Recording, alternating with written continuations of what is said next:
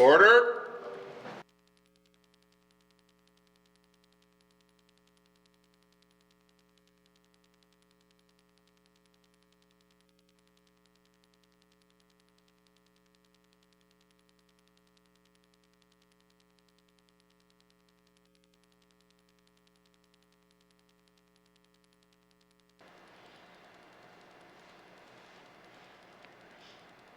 God, our Heavenly Father, we thank you for this day.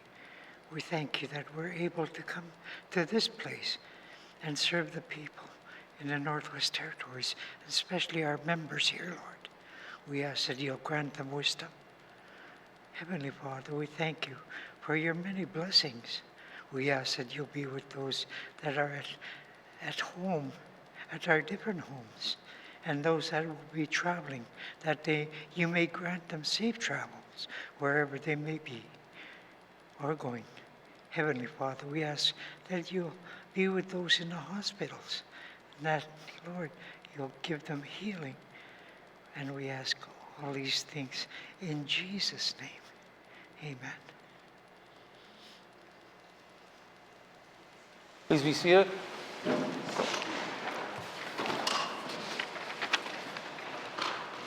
I'd like to thank Elder Joe Oktokiak for the opening prayer. Colleagues, before we get going any further, it's been brought to my attention somebody very special is having a birthday today. One of our translators, Judy Slamiok. I said her name wrong again, I apologize, but we'd like to wish her a very happy birthday. I think it's her 29th.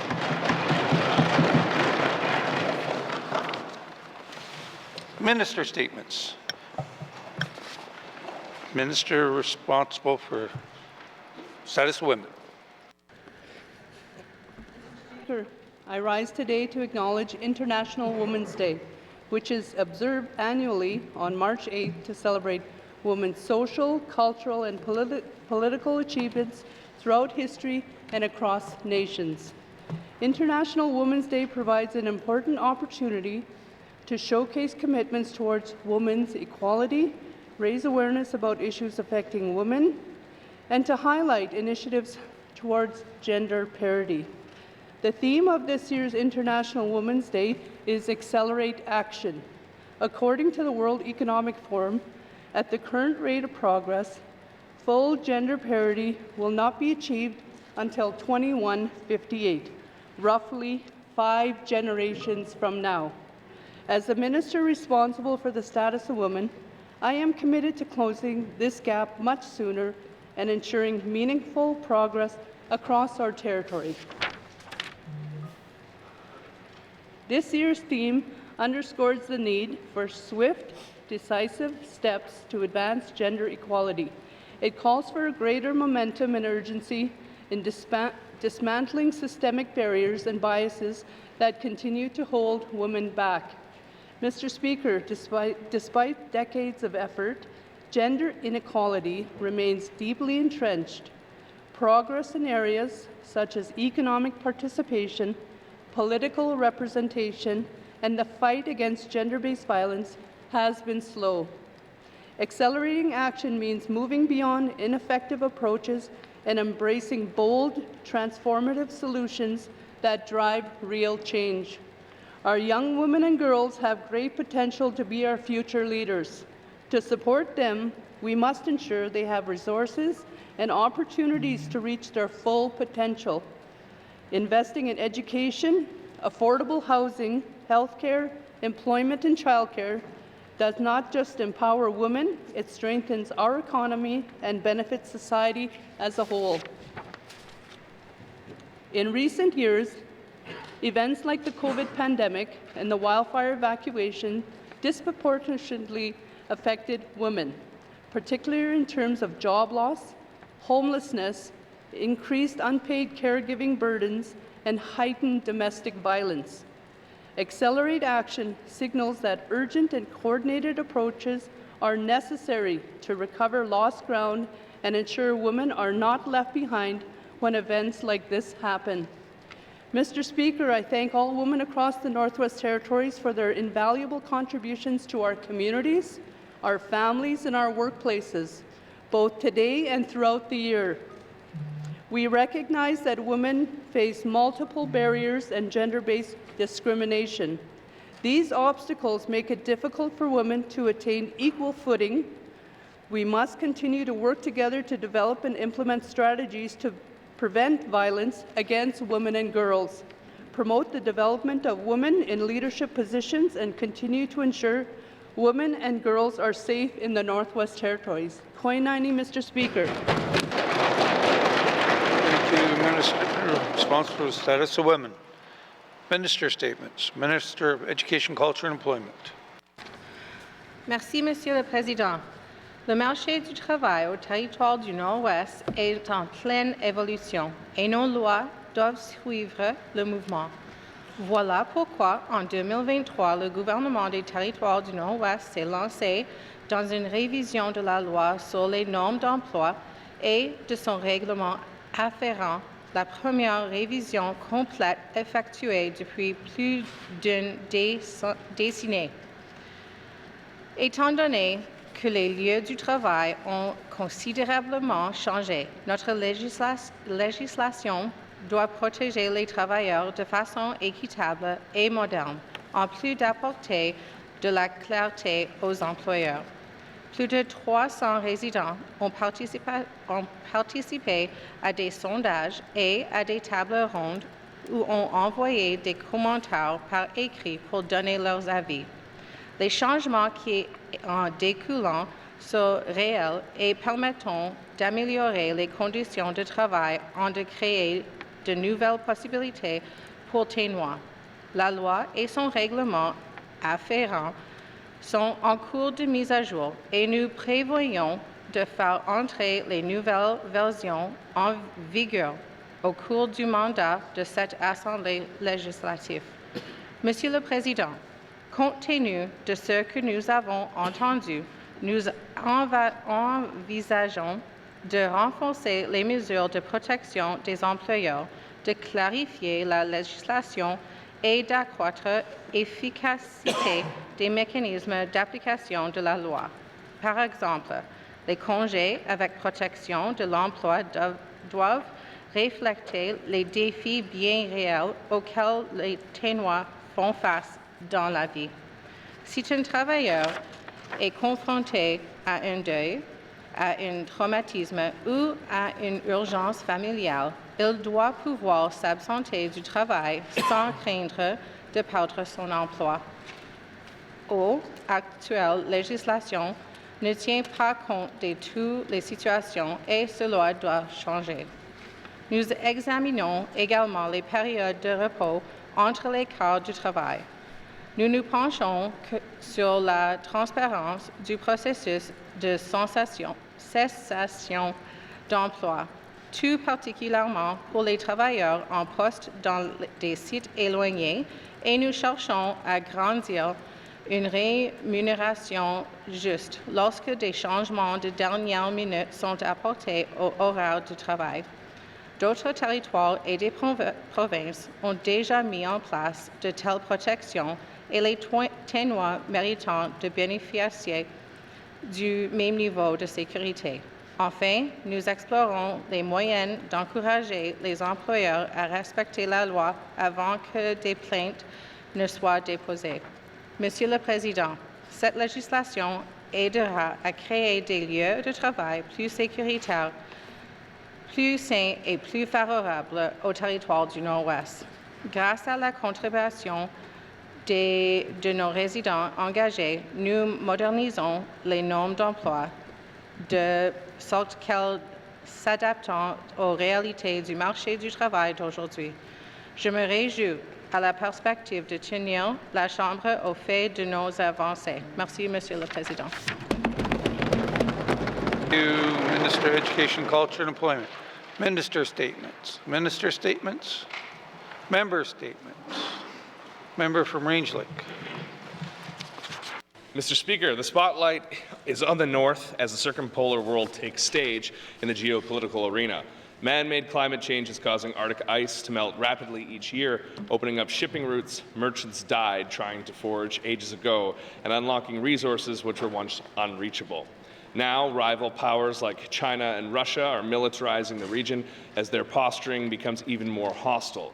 As our Arctic seas continue to melt, the open waters beckon them to escalate their challenges to our sovereignty in an effort to establish an even greater foothold in the region. If those converging factors couldn't get any worse, now Donald Trump has discarded our cooperative relationship and thrown our ability to coordinate our defense of the region into doubt. The United States has long argued already that our sovereign territory in the Arctic is an international waterway, so it's only a matter of time, seemingly, until the American president decides to cave into Russian pressure and try to secure them a bigger role in the Arctic, just as they are doing in Ukraine. With the United States retreating from the free world and Western nations are now rearming to face threats alone, it's time for us to do the same. For too long have we neglected our armed forces and defense infrastructure. However, if the chaos in the global stage caused by the United States has a silver lining, it's that we may finally be developing the political will to take corrective action. Today, I was encouraged to learn that the federal government is expanding its presence in the Arctic by investing well over $2 billion to establish 3 new defense hubs across the Arctic. While we could have used these investments years ago, these efforts are better late than never. The time has come to project Canadian strength in the Arctic and make it clear to the rest of the world our sovereignty is not up for grabs. Next week, Canada will have a new Prime Minister, and I hope to see our Premier make clear to him that one of his first priorities in Canada is protecting the North, securing our sovereignty, and keeping the true North strong and free. Thank you, Mr. Speaker. Thank you, member from Range Lake. Member statements. Member from Great Slave. Mr. Speaker, I would also like to rise and recognize that this upcoming Saturday, March 8th, is International Women's Day. It is an honor to be the Commonwealth Women Parliamentarian for the Northwest Territories, and I'm pleased to note the importance of this day in the legislature. There is no right way to be a woman. I mark this day by reaffirming my commitment to fight for the safety and equity of all women, girls, and gender diverse folks. I mark this day by saying that we, and every single Canadian, has so much farther to go in responding to the calls for justice from the National Inquiry into Missing and Murdered Indigenous Women and Girls. I mark this day with mixed emotions.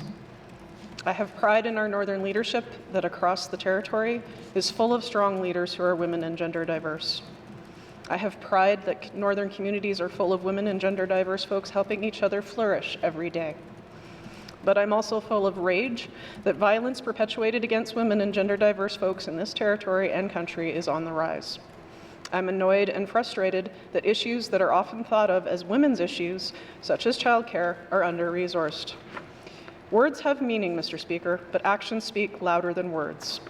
Let all of us in this House recommit to what positive and lasting action looks like for Northern women, girls, and gender diverse folks across our territory, and to support that action with sustainable funding and capacity for the organizations on the front lines. Thank you, Mr. Speaker. Thank you, member from Great Slave. Member statements. Member from Mophie. Thank you, Mr. Speaker. Mr. Speaker, I'd like to echo what my colleague from the Mackenzie Delta said yesterday about income assistance program. Many people in Klitschko region receive income assistance. Almost 1/4 of residents in Betchako rely on it. That's more than 400 people. Mr. Speaker, we must ask if the government is supporting the people the right way. I know constituents with permanent disabilities who lost income support last year because a family member briefly worked part-time. Income assistance is intended to provide financial assistance to residents to help meet their basic needs so that they are able to participate fully in community life and take part in the opportunities available to them. Mr. Speaker, we cannot expect to build up our workforce if families who rely on assistance lose that financial security. when they work part-time to make ends meet. Income exemptions under the new regulations will help. The Minister of Education, Culture and Employment said her department provided an additional $5 million last year and launched a new income assistance program for seniors and people with disabilities in July. The department removed requirements to seek and maintain employment, but will this help our youth hoping to retrain and work?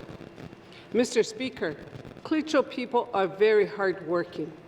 When we rely totally on the land, we did not wait for the caribou to come to us. I want to motivate our young people to find work. I will have a question for the Minister of Education, Culture and Employment. Thank you. Thank you, member from Oakville. Member statements. Member from the Satu. Thank you, Mr. Speaker. Mr. Speaker, the Norman Wells Esso oil field is a unique discovery with a low-cost blend. Refining costs are minimal. Mr. Speaker, this unique discovery has operated within our territory for over a century. To release the potential, the operator and the federal owners released a development expansion in the early 1980s. Mr. Speaker, the asset, as the operator in industry refers to, has recently moved into two sections being called for an EA, or, Mr. Speaker, environmental assessment. One being the oil field operating authority, and the second, a connection within the gathering system referred to as Line 490 replacement. Excuse me. Mr. Speaker, this regulatory EA process allows for IRs, or information requests, providing responses to deadlines can become challenging for proponents. Mr. Speaker, as an ex-driller during the 80s expansion and now an advocate for responsible development and somewhat knowledgeable on our modern NWT regulatory systems since the days of development, it's concerning to me and others to see on the registry 350 IRs due by this Monday. Later, Mr. Speaker, I will have questions to the Minister of ECC. Masi. Member from the Satu. Member statements. Member statements. Member from Nuvik Twin Lakes. Thank you, Mr. Speaker. Mr. Speaker, on Saturday, March 8th, will be International Women's Day. And I stand before you as an Indigenous woman, a mother, a daughter, a granddaughter, a wife, now as a member of this Legislative Assembly, and most importantly, a grandmother. I'm deeply grateful for those remarkable women who broke the trail before me and many women in this House, those who faced countless challenges and paved the way for our future generations. Their strength and resilience inspire me every day. This year's theme, Accelerate Action, resonates profoundly with us in the Northwest Territories. While we have made significant strides towards gender equality, we must remain vigilant and hold on to our achievements and push forward. The world is changing rapidly, and we have responsibilities to ensure that women and girls in our communities continue to thrive. In the Northwest Territories, we face unique challenges. It's imperative that we work together to address these issues. Education, cultural preservation, and economic empowerment are vital areas where we must accelerate our efforts. By investing in these areas that support Indigenous women and girls, we can create pathways to success and leadership within our communities. Let us not forget the importance of amplifying the voices of those who have been historically marginalized. Every woman's story adds to our collective strength. We must create safe spaces for these stories to be heard, allowing us to learn from one another and foster solidarity. As we celebrate the achievements of women today, let us commit to making meaningful action that will drive further change. Together, we can build a brighter, more equitable future for all women and girls in the Northwest Territories and beyond. Thank you, Mr. Speaker. Thank you. Member from Nuvik Twin Lakes. Member statements. Member from Trinidad-Willity. Thank you, Mr. Speaker. Last year, I stated the need for an ice road from Yellowknife to Tootsake in order to take the pressure off the cost of living in the community, which faces high prices due to the shipping costs, despite Tootsake only being a fairly short distance away from us here in the NWD capital. I want to revisit this project today and make another case for it completing in the near future, because of the political context has changed, making the ice road even more necessary to both Tootsake and the territory as a whole. First, the cost of living is still out of control and food security is on the rise. My constituents hear about the potential trade war with the United States, and our toll prices will go up, and they wonder how the prices at their co-op store could go any higher than they are now. Secondly, the building infrastructure in the north is becoming more vital to the overall security of the Arctic and subarctic. We already have major ice roads projects every year, especially supporting industry projects. Tibbet and Cotito Winter Road serving the diamond mines is 400 kilometers long. The Cleacho Winter Road connecting Wati, Gamanti, Wikwiti is 200 kilometers long. The idea that the ice road to Tootsake is not possible is simply not true. We just need a political will to make it happen. If so, ice roads are good enough for the industry, then they are good enough for a small community of Tootsake. Later today, I will be calling on the Minister of Infrastructure to commit to a feasibility study on the Yellowknife to Tootsake Winter Road as soon as possible. Thank you, Mr. Speaker. Thank you, member from Trinidad-Willity. Member statements. Member from Yellowknife South. Mr. Speaker, to complete this week of recognizing some of the achievements from Yellowknife South constituents, I am including today Dr. Ryan Connon, who received the Government of Canada Emergency Management Exemplary Service Award in February. Dr. Connon is part of a three-person team, including Dr. Anna Coles and Sean Kukelj, who since 2020 have made up the Department of Environment and Climate Change's hydrology team. They work diligently to provide situational updates on river breakup and open water flood risks to the GNWT and to affected communities and residents.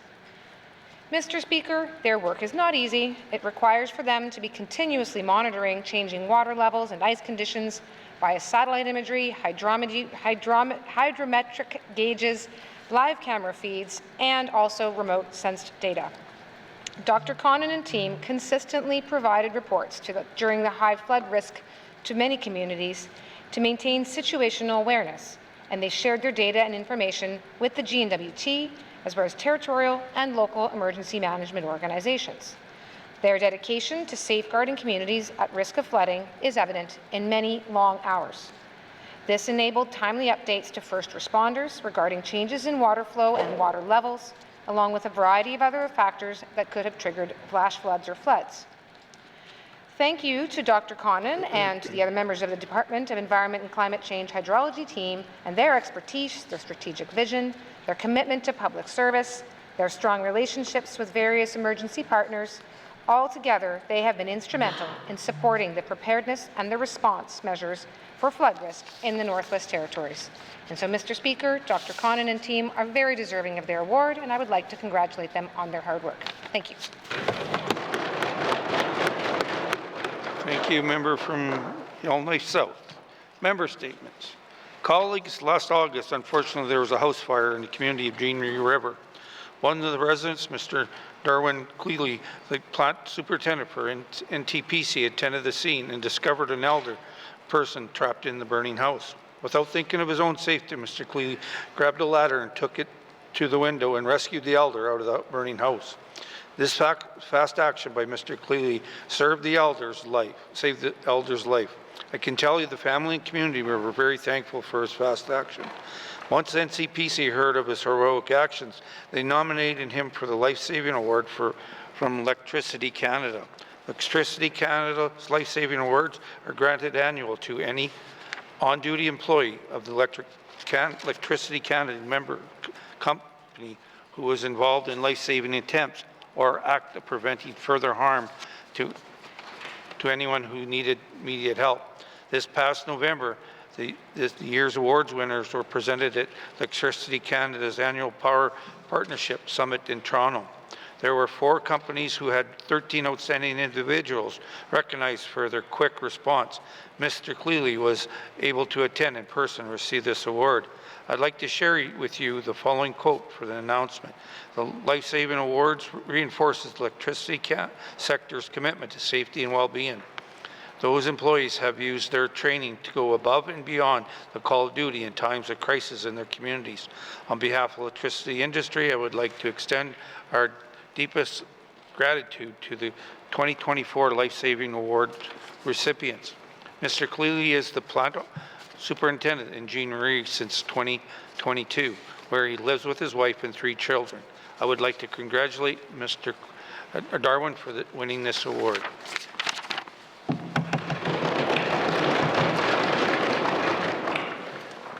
Thank you, colleagues. Member statements. Member from Yellowknife North.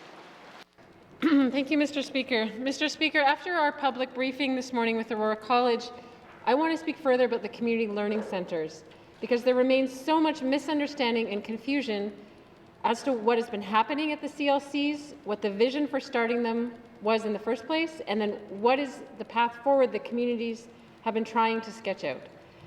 The community learning centres are rooted in an initiative started by Frontier College in the 1960s and 70s, and it was rooted in a philosophy of community development.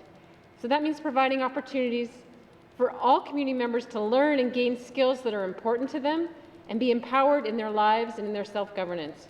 But over time, as the centres were taken under the wing of Aurora College, the focus narrowed towards upgrading. So focusing on credits people had failed to get in high school or things they'd failed to learn well enough. And it was oriented towards anyone who was available between 9 to 5, so often the unemployed folks. In some cases, attendance did dwindle and some centres stagnated. But other centres have revitalized themselves with partnerships and have lots of important programs happening that it seems much of the Aurora College leadership that's based on the campuses don't seem to be aware of. In our meeting this morning, an example was offered of a centre in Dilo and Detta offering hands-on programs to over 100 students in trades and various certifications. The response from the college was, well, that's a partnership with the Yellowknives Dene, so it's not really a college program. But the point is that those are exactly the kinds of partnerships that the CLCs could and should be doing more of to be successful. And that was exactly the recommendation of the What We Heard report that was completed last year for the college and ECE that's recently been published online. We were told this morning over and over again, the world is going digital. But my first reaction was, so why have you gone and shut down the computer literacy classes at the Literacy Outreach Centre in Yellowknife then? Saying that the future of learning is online is completely out of touch. It's tone deaf to what is going on now at the community level, the kinds of hands-on learning the communities have been asking for, and frankly, it reveals a lack of imagination and vision. Through the facilities master plan process, the concept arose for CLCs to become vibrant, community-driven spaces and hubs for collaboration. I am hopeful they can still become just that. Thank you, Mr. Speaker. Thank you, member from Yellowknife North. Member statements. Member from the Deschutes. Thank you, Mr. Speaker. I want to talk about the income support program. As it is making our young people dependent, even though they are capable of doing a lot. I want to mention that this program is doing good for people with disabilities and for seniors. They need that support. This isn't about them, but about the ones that are capable of working and building a life for themselves, but are walking around our communities and couch surfing. I always told people that we come from strong people, and strong people work. They do something to make themselves have a good life. They do something every day. Like my colleague said, and I agree, we are hardworking. To support our way of life in the North, we need to find ways to get people motivated to take responsibility for their lives. This will help build our economy. This is very important. There is so much to do, and and people may need guidance and education to achieve their goals. They will need the support. Mr. Speaker, the sky is the limit, and our people can do and be and have anything they want. They just have to get up and ask for help. Must see. I'll have questions for the Minister of ECE. Thank you. Thank you. Member from the Leyte Show. Member statements. Member from Frame Lake. Thank you, Mr. Speaker. Mr. Speaker, it is with deep sadness that I inform this House of the passing of Mr. Ian Legary, a dedicated public servant, tireless advocate for the North, and champion of youth and community development. Mr. Legary passed away on January 17, 2025, leaving a legacy of service and a profound impact on countless lives. Born in Atikokan, Ontario on July 17, 1959, to Don and Vivian Legary, Ian's roots reflected Canada's diverse heritage. He met his wife, Shauna Lampy, in Atikokan, and their marriage in 1981 marked the beginning of a remarkable partnership of nearly 44 years. They welcomed 3 sons, Alexander, Stephen, and Sean. Mr. Legary's commitment to the North began in 1984 with a 2-year contract that lasted his entire career. From 1989 to 2020, he served as the Director of Sport, Recreation, and Youth for the Government of the Northwest Territories.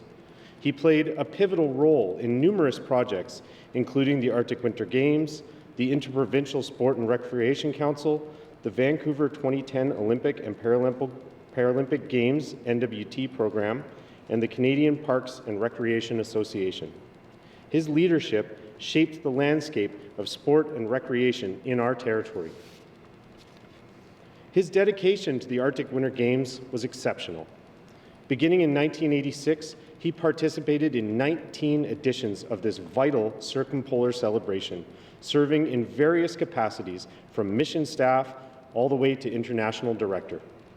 His contributions to the Games are immeasurable, Mr. Speaker.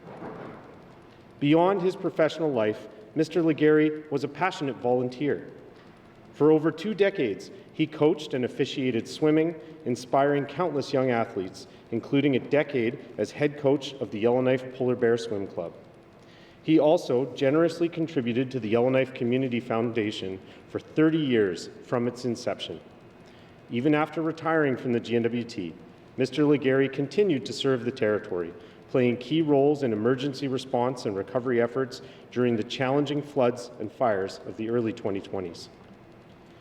Mr. Speaker, Mr. Legary's contributions have been recognized with numerous accolades, including the Paul Harris Fellowship, the David Ramsden Career Excellence Award, Premier's Awards, and the World Leisure Organization Cornelius Westland Humanitarian Award. Mr. Legary was a man of diverse interests. He was a dedicated family historian, a keen sports enthusiast, and enjoyed traveling with his wife. He also had a passion for collecting interesting rocks and creating rock gardens. Mr. Legary leaves to mourn his wife, Shauna, Alexander and his husband, Robin, Stephen and his wife, Cindy, Sean Legary, and his grandchild, Burke. He is also survived by his siblings, Robin Johnson and her husband, Brent, Laureen Legary and her husband, Jeff, Christy Legary, and Blaine and Terry Ann Legary, as well as numerous nieces, nephews, and extended family. He was predeceased by his parents, Don and Vivian Legary, and his niece, Meredith Ivel. Mr. Speaker, the passing of Ian Donald Legary is a significant loss for the Northwest Territories. He was a true builder of our communities, a dedicated public servant, and a compassionate individual. He will be deeply missed. A celebration of Mr. Legary's life will be held on July 17, 2025, here at the Legislative Assembly. Donations in his memory may be made to the Ian Legary Youth Leadership Fund at the Yellowknife Community Foundation. Mr. Speaker, I ask that this House recognize the extraordinary contributions of Mr. Ian Donald Legary to our territory and extend our sincere condolences to his family and loved ones. Thank you, Mr. Speaker.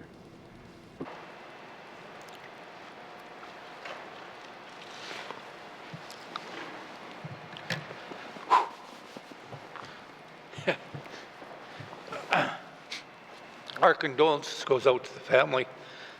I had the pleasure of working with him, and he was amazing. So thank God my member from Frame Lake did that statement here in the House.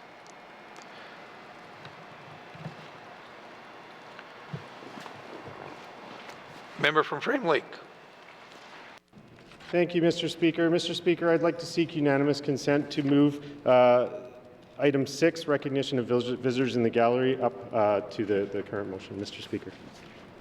Thank you. Member from Frame Lake seeking unanimous consent to move item number 6 up to any seeing no nays. Member from Frame Lake. Thank you, Mr. Speaker. Mr. Speaker, it's my honor to recognize my constituent, Shauna Lampe-Legary, and her parents, Richard and Jean Lampe's presence in the House today. And Mr. Speaker, I would like to acknowledge and thank Alexander Legary for his help with today's eulogy and ensuring his father was appropriately honored in the House. Mr. Speaker, I'd also like to acknowledge the member for Hay River South, who helped me obtain a Team NWT pin as a small token of acknowledgement of Mr. Legary's life's work. And Mr. Speaker, I would also like to acknowledge my constituent, Colin Mahon, who is one of our dedicated pages in the House today. Thank you, Mr. Speaker. Thank you, member from Frame Lake. Member from Hay River North. Thank you, Mr. Speaker. As Premier, I would also like to acknowledge that Ian's family is here in the House with us today. I want to welcome them to the House to share in this celebration of his life and accomplishments. And on behalf of the Government of the Northwest Territories, I want to extend my sincerest condolences. Thank you. Recognition of visitors in the gallery. Recognition of visitor to the gallery. Member from Range Lake. Thank you, Mr. Speaker. Mr. Speaker, I'd like to recognize Range Lake Page, Ms. Tyra Ristow. I understand Ms. Ristow's family may be watching our proceedings today, so she's doing a great job. Don't worry. Thank you. Thank you, member from Range Lake. Recognition of visitors in gallery. Member from Cam Lake. Thank you very much, Mr. Speaker. Mr. Speaker, I couldn't go without saying an acknowledgement of Shauna Lampe-Legary. I've had the honor of knowing her for decades, and it's always a great light to get to see her in person. So, thank you. Recognition of visitors in the gallery. Member from Lesotho. Thank you, Mr. Speaker. It gives me great pleasure today to extend happy 94 birthday wishes to Alfred Tanaton from Delaney. Very blessed to have our dad, which is Grandpa, Uncle, and lots of friends, Mussy, and that is coming from the Tanaton family. Additionally, Mr. Speaker, on February the 15th, it was my pleasure to, on behalf of this government, award and pass on 2 medals to Alfred Tanaton and Leon Modeste there, who received the King Charles III Coronation Medals in Delaney. Mussy. From Lesotho, recognition of visitors in the gallery. Recognition of visitors in the gallery. Shauna, welcome. And your parents, Richard and Jean. I haven't met you before, but you got an amazing daughter there, so welcome to our house. If we missed anyone in the house, in the gallery today, welcome to your chambers. Thank you very much for giving us the honor of representing the people in the Northwest Territories. I hope you enjoy the proceedings. It is always nice to see people in the gallery. Recognition of visitors in gallery. Recognition of visitors in gallery. Motions. Member from Great Slave. Thank you, Mr. Speaker.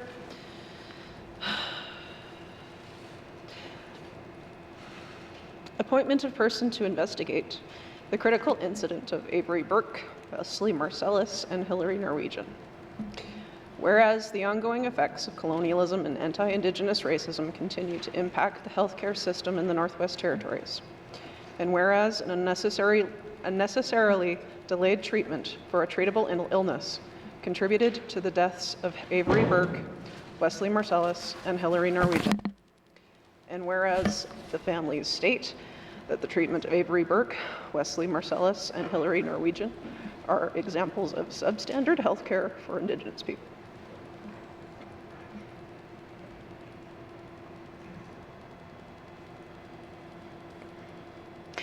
And whereas clear, immediate, and measured actions from the Minister of Health and Social Services are required to prevent such incidents from happening again. And whereas Section 25.3, brackets 3.1 of the Hospital Insurance and Health and Social Services Administration Act, the Act, states that the Minister of Health and Social Services shall, when directed by motion of the Legislative Assembly, appoint a person to investigate, in accordance with the Act and the regulations, a critical incident or an alleged critical incident. Now therefore I move, seconded by the member for Detcho, that the Minister of Health and Social Services appoints a person to investigate the incident of treatment of Avery Burke, Wesley Marcellus, and Hillary Norwegian.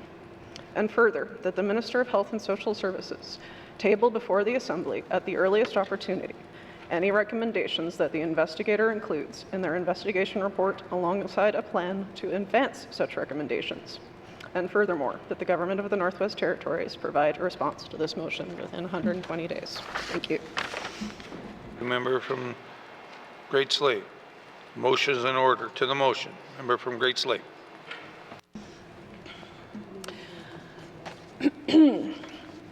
I have been thinking about Avery Burke for 2 months.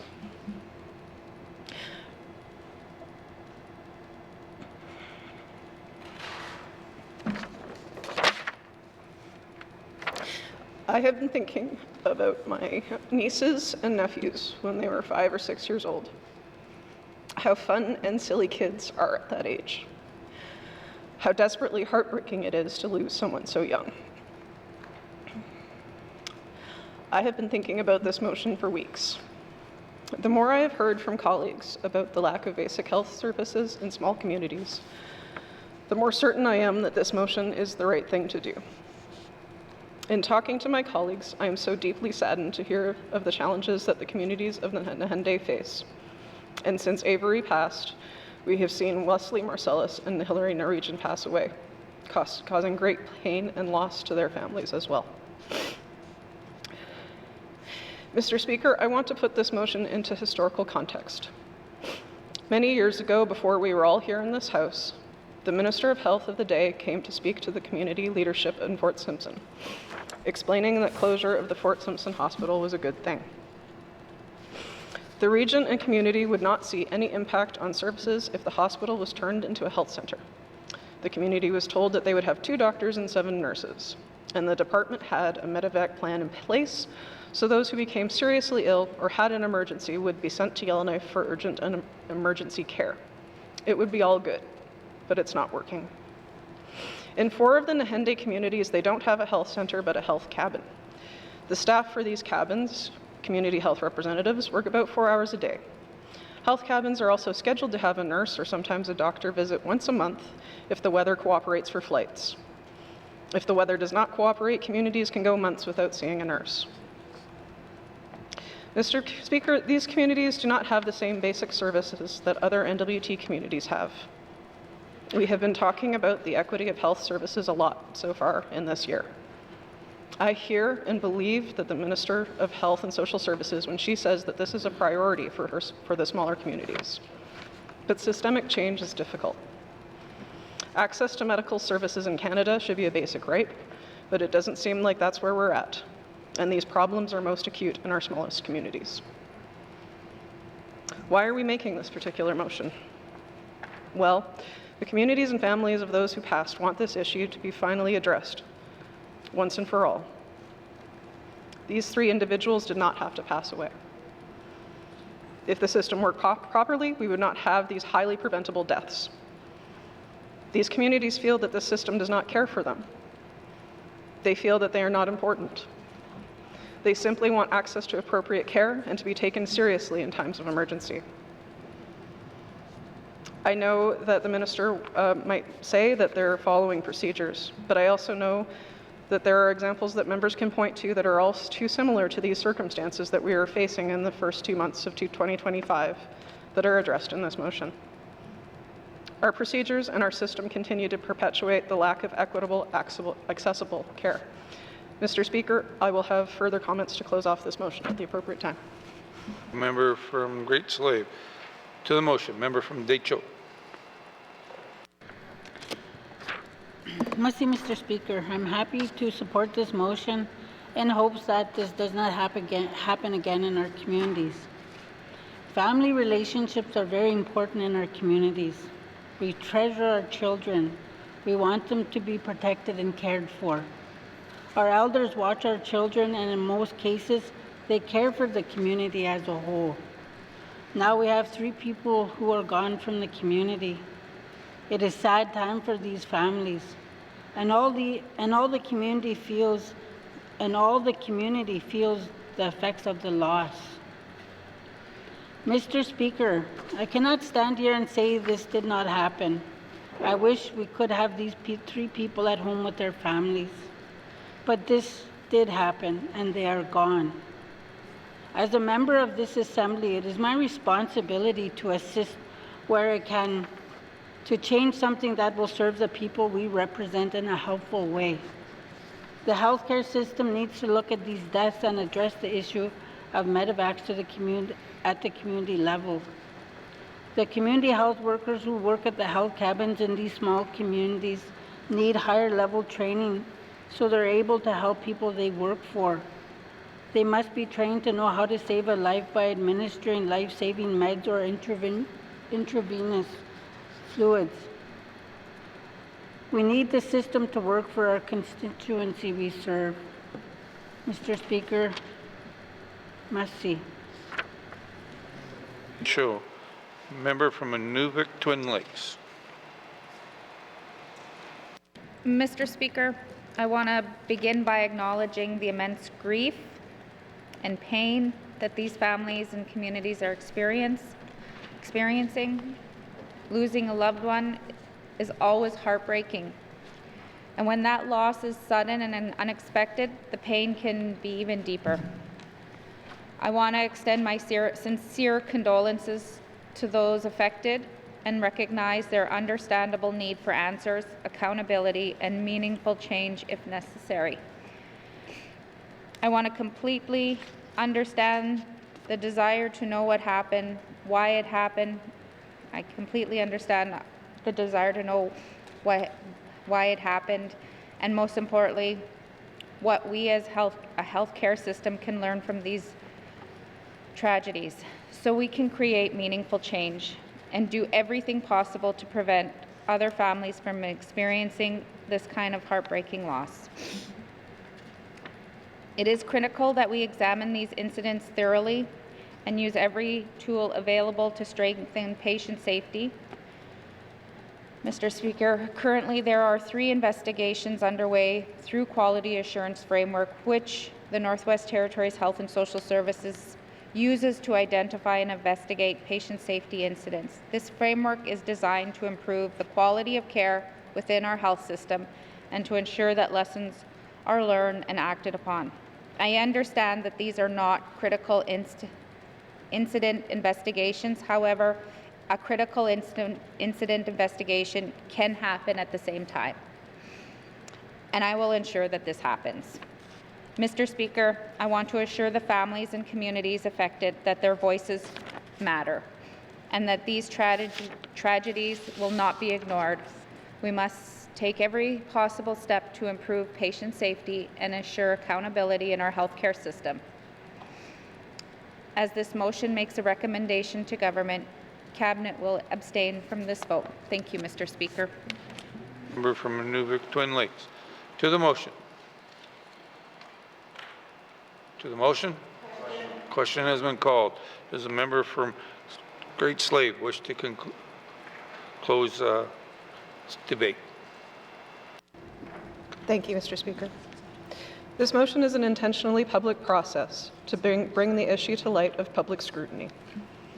This is an action regular members can take that is significant, holds government to account, and insists that systemic change must happen before more highly preventable deaths do. Mr. Speaker, I know that the Health and Social Services Minister cares deeply about this issue. I know she wants to make this system work better for all residents.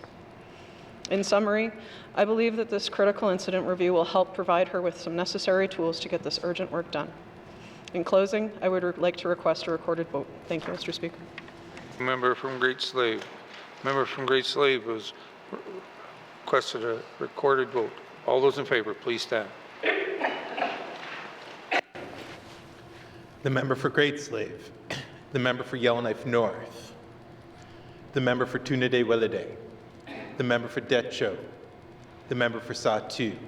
The member for Range Lake. The member for Inuvik-Boot Lake. The member for Montfouet. The member for Frame Lake. All those opposed, please stand. All those abstaining, please stand. The member for Thabacha. The member for Yellowknife South. The member for Cam Lake. The member for Hay River North. The member for Hay River South. The member for Inuvik Twin Lakes. The member for Nunavut.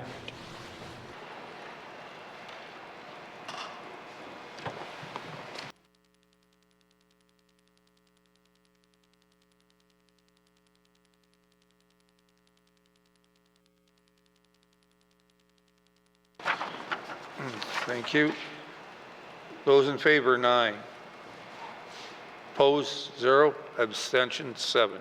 Motion is carried. Motions from Range Lake. Thank you, Mr. Speaker. Whereas the transportation of patients via emergency ground, air ambulance, and highway rescue to health facilities does not fall under the Government of the Northwest Territories medical travel, and there is no current policy basis or provision possible for non-medical escorts or supports provided to these patients. And whereas promoting, protecting, and providing for the health and well-being of the people of the Northwest Territories is the mandate of the Health and Social Services Establishment Policy, and whereas access to health care and addressing the effects of trauma is a priority of the 20th Legislative Assembly, and whereas patients receiving emergency care can benefit from having the support of family and friends while they receive emergency transportation and medical care. Now therefore I move, seconded by the member for Inuvik-Boot Lake, that this Legislative Assembly calls upon the Government of the Northwest Territories to develop and implement a compassionate medical evacuation policy for emergency ground, air ambulance, and highway rescue, allowing for patients in critical conditions to be accompanied by non-medical escorts. And further, that the Government of the Northwest Territories provide a response to this motion within 120 days. Thank you, Mr. Speaker. Member from Range Lake. Motion is in order. To the motion, member from Range Lake. Mr. Speaker, we know Northerners face challenges accessing public health care services here in the Northwest Territories. Our constituents are spread out far and wide across this vast land. Then when we cannot expect to offer specialized care in every community, our constituents still expect to enjoy their right to care that they are entitled to as Canadians. This is where Health and Social Services medical travel policy factors in to break down the barriers of geography and capacity for Northerners to get them to the facilities and treatment options down south, which are vital in providing the services that are not offered here. Regardless of policy imperfections, our constituents are thankful to rely on the Connections medical travel staff offer to get them to the medical professionals who are eager to offer their skills to our people. Well, we can debate here in this chamber adjustments to policy. Our appreciation for the support medical travel provides residents of every community remains. On any given week, medical travel could be flying dozens of patients in and out of the territory. Without this work, those patients and their non-medical escorts would be paying thousands of dollars for flights and accommodations, contrary to the mandate of the Public Health Act, which states clearly that health care must be accessible, free, and free of financial barriers. Alongside the support medical travel provides to get patients to their doctors, the next most vital policy priority is granting of support for non-medical escorts for travel. These non-medical escorts, whether they be friends or family members of the patient, are critical to the delivery of medical services which must be accessed outside of a patient's home community. They are necessary in assisting a patient to navigate unfamiliar airports, cities, and hospitals. Often they are needed to understand paperwork, documental, and plans of care. They provide valuable emotional support for patients dealing with tough diagnoses and painful conditions. For Indigenous patients in particular, especially those who are elders, they are necessary to provide cultural assistance and translation. For those with disabilities, a non-medical escort can help them be safe and secure. However, Northern patients with very special medical circumstances cannot obtain these vital non-medical escorts, and not because medical travel deemed their non-medical escort unnecessary, but because medical travel has no policy regarding these circumstances at all.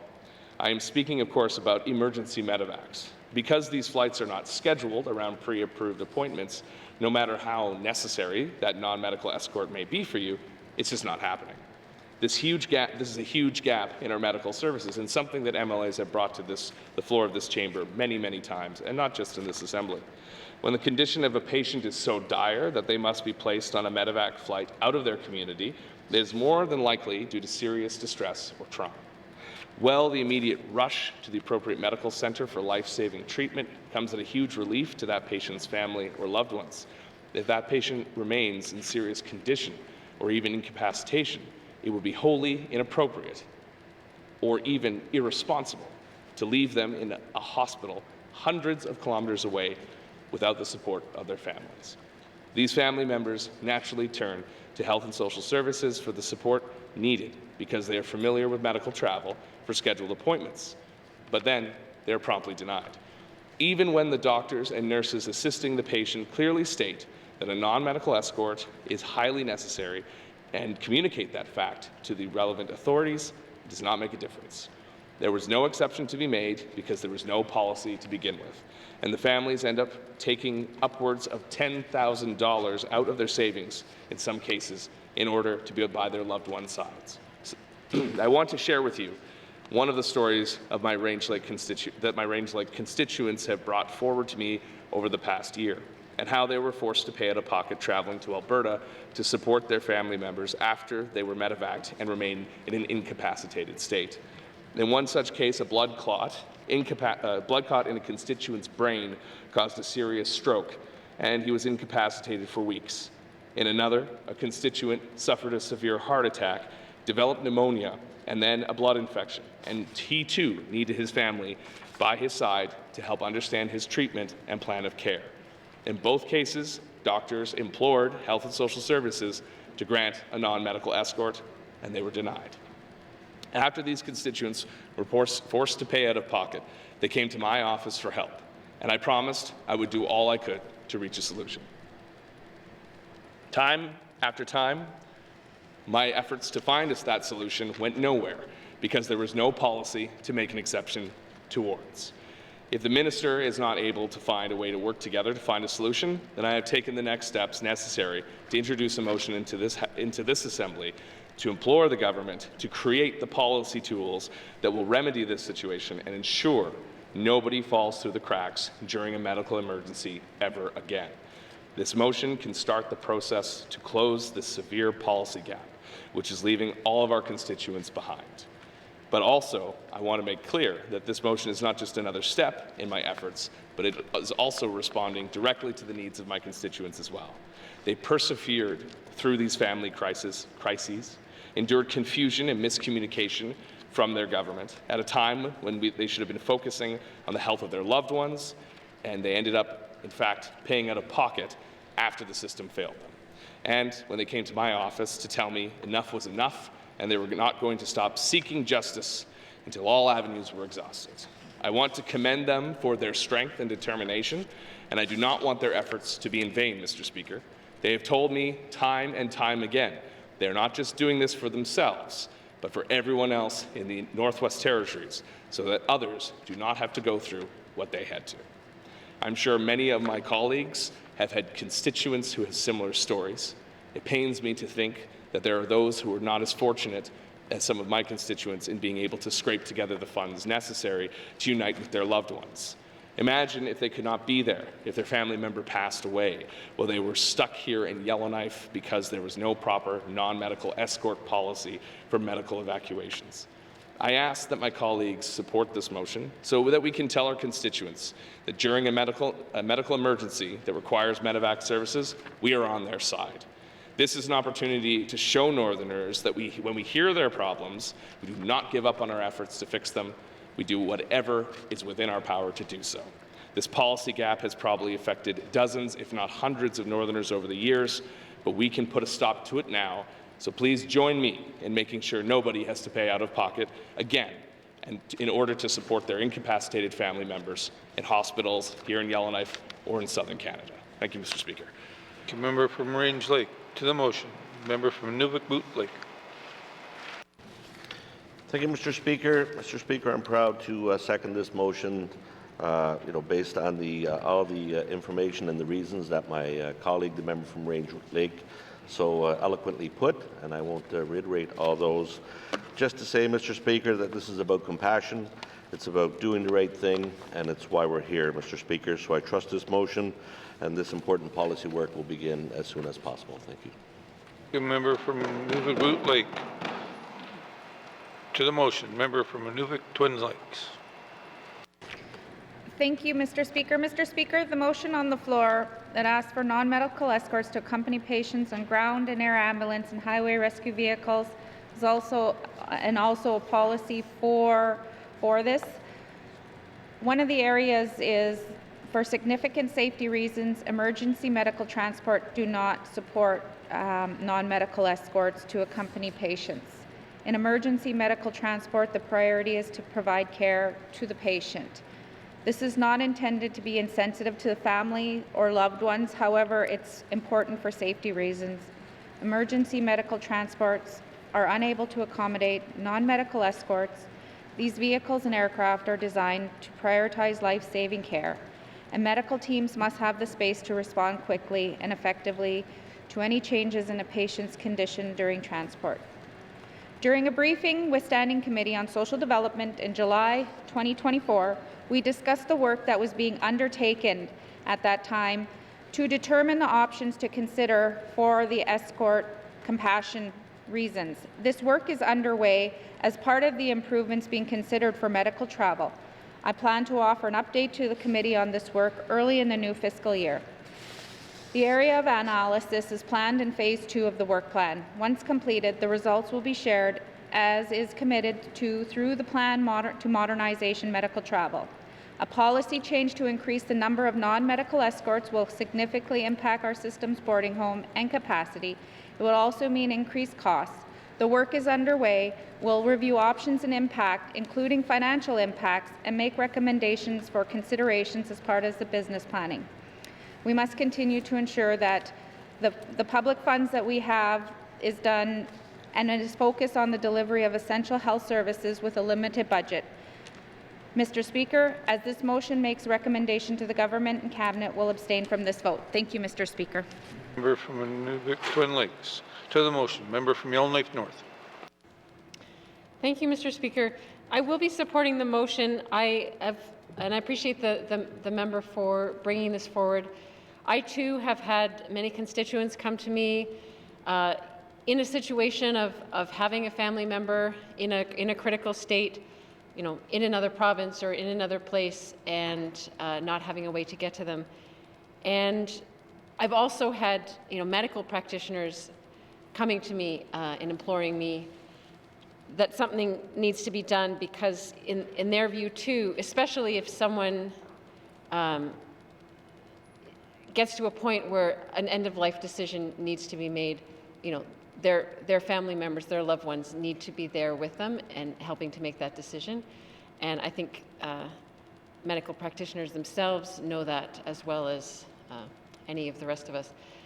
I do understand the minister's point that it's impractical and often unsafe for an escort to be physically in the ambulance or in a medevac helicopter or something with the patient. I can understand that may not work, but I wonder if the policy that's being asked for, could accommodate other ways to be able to send family member and escort through other means of transportation to then arrive and then be able to be with that patients. So I'm hopeful that other ways can be found to make this happen in a practical and safe way that acknowledges the need. I mean, I'll also point out I don't know if it's an irony, but sort of counterintuitive nature that if someone is well enough to be able to go on medical travel through, say, a regular commercial flight,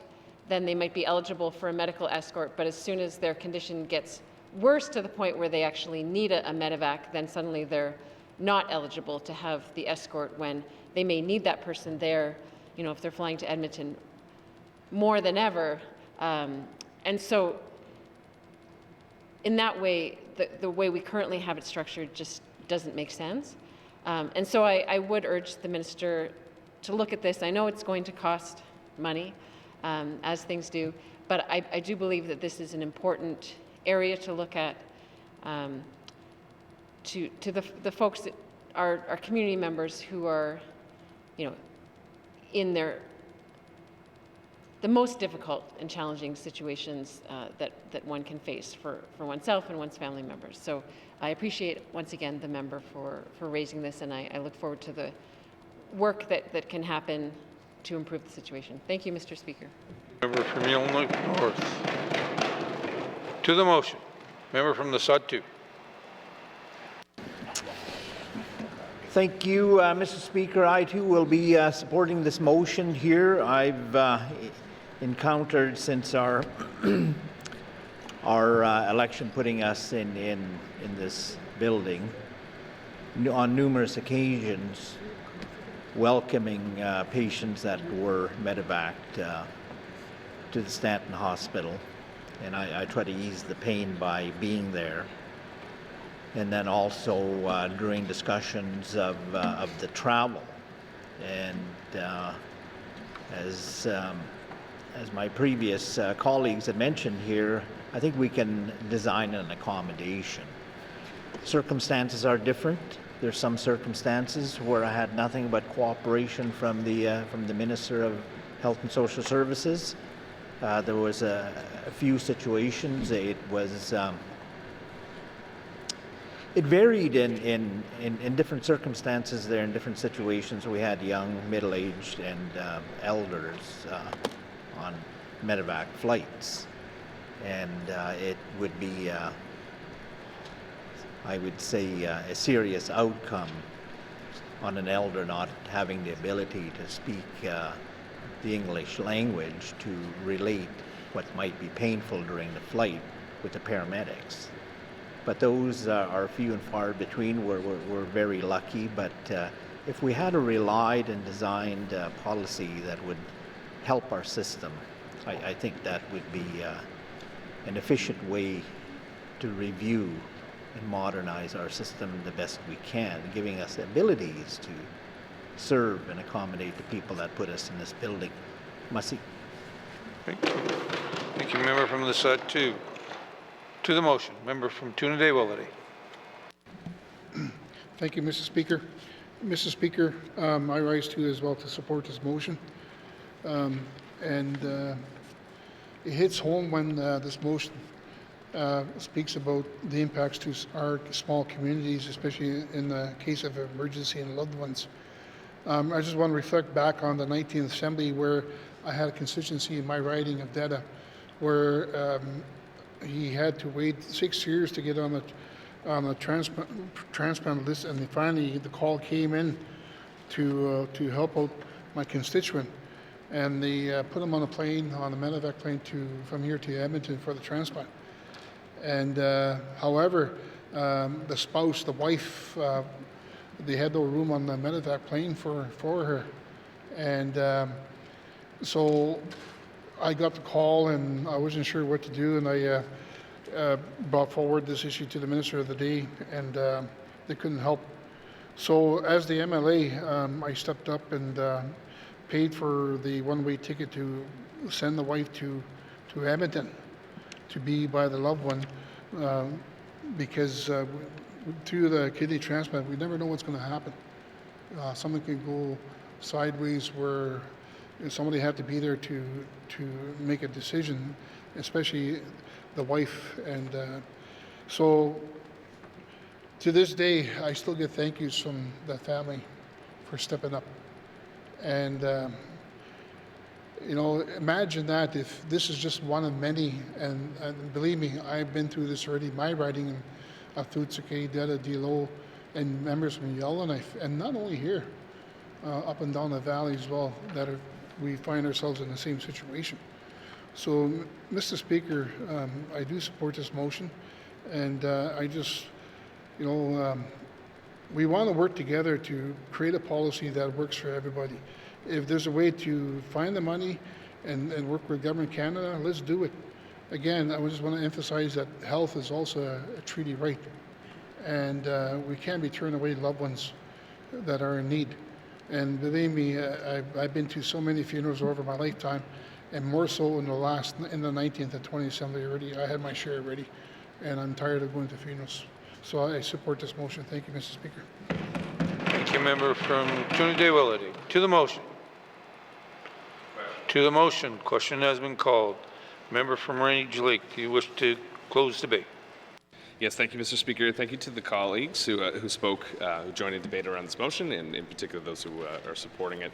Compassion is the name of the game here, and it's to find a way to develop a compassionate policy that can address these circumstances. And I know these things are complicated. I know medical travel is incredibly expensive and often quite complicated, and I have sympathy for the Honourable Minister and her commentary on this motion. However, I think we should get into the business of finding reasons how we can overcome challenges instead of just a list of challenges as to why we can't do things.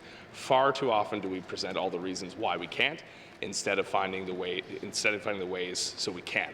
And in this case, I think the member for Yellowknife North spoke quite eloquently about this.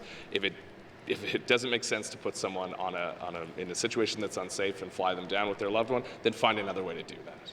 We're not being prescriptive about how we develop this compassionate policy, only that it be developed and it be done in a way that we can help people at a time when they're extremely vulnerable, extremely stressed, and not everyone can afford these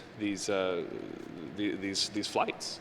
I had a constituent who was asked to join a Zoom call while their loved one was comatose and make decisions about their care.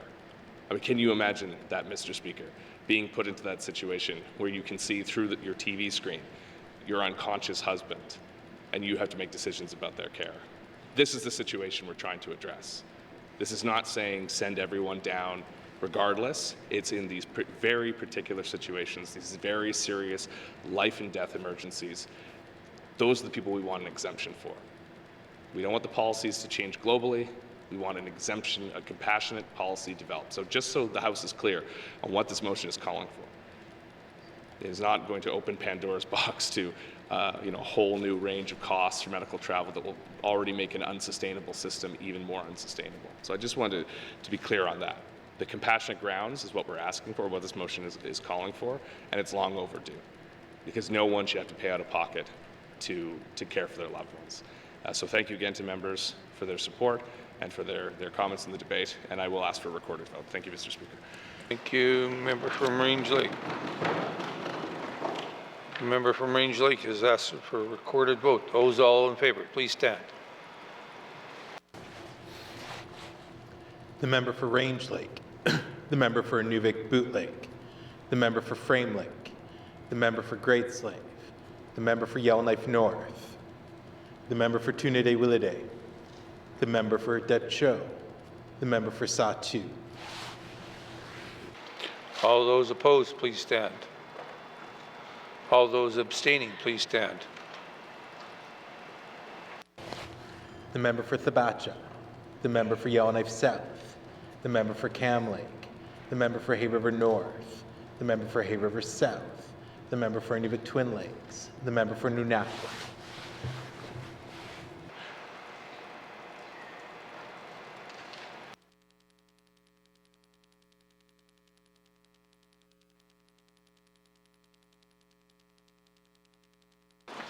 Colleagues, all those in favor, 8.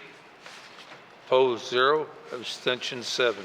Motion has been passed. Motions. Motions? Returns to oral questions, returns to oral questions. Recognition of visitors in the gallery, recognition of visitors in the gallery. Acknowledgements. Acknowledgements?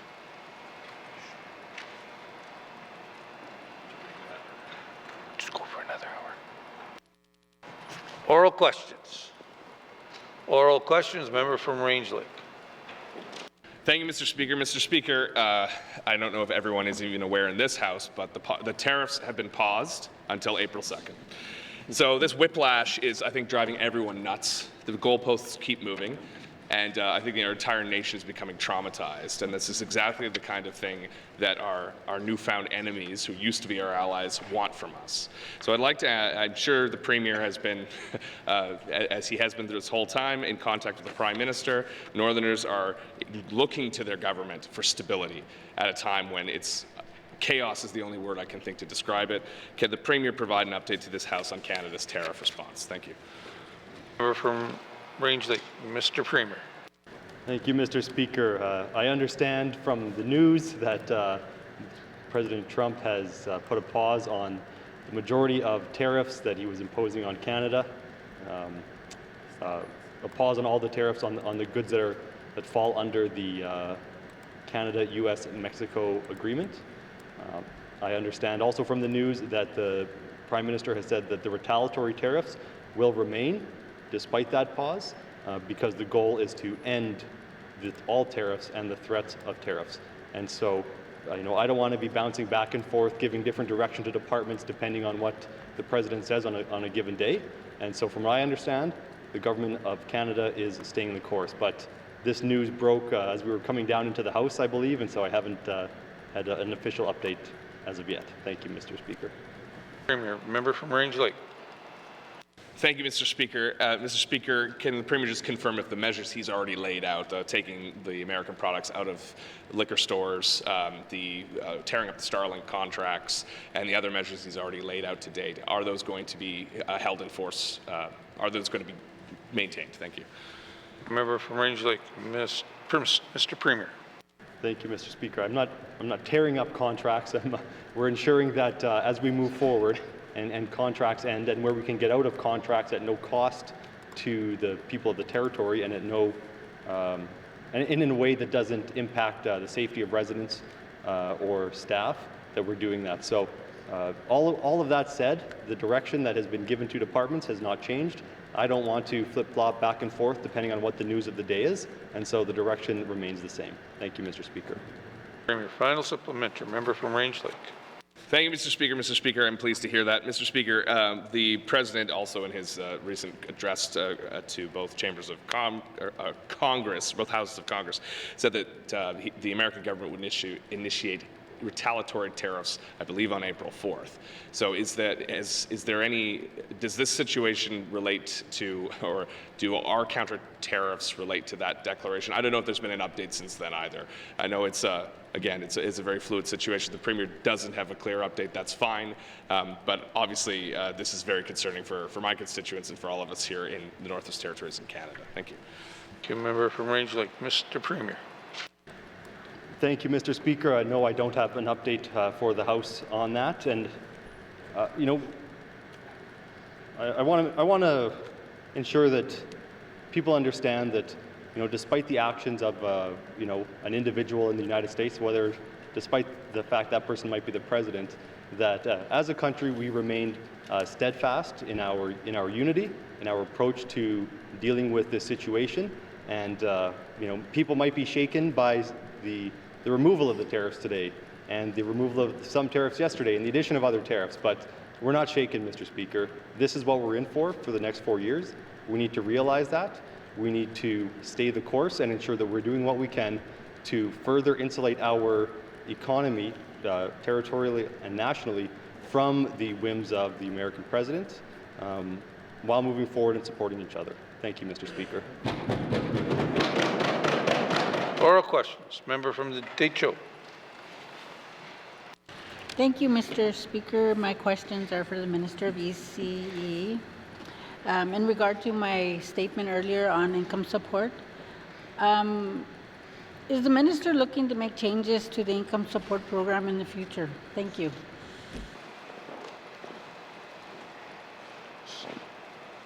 Sorry.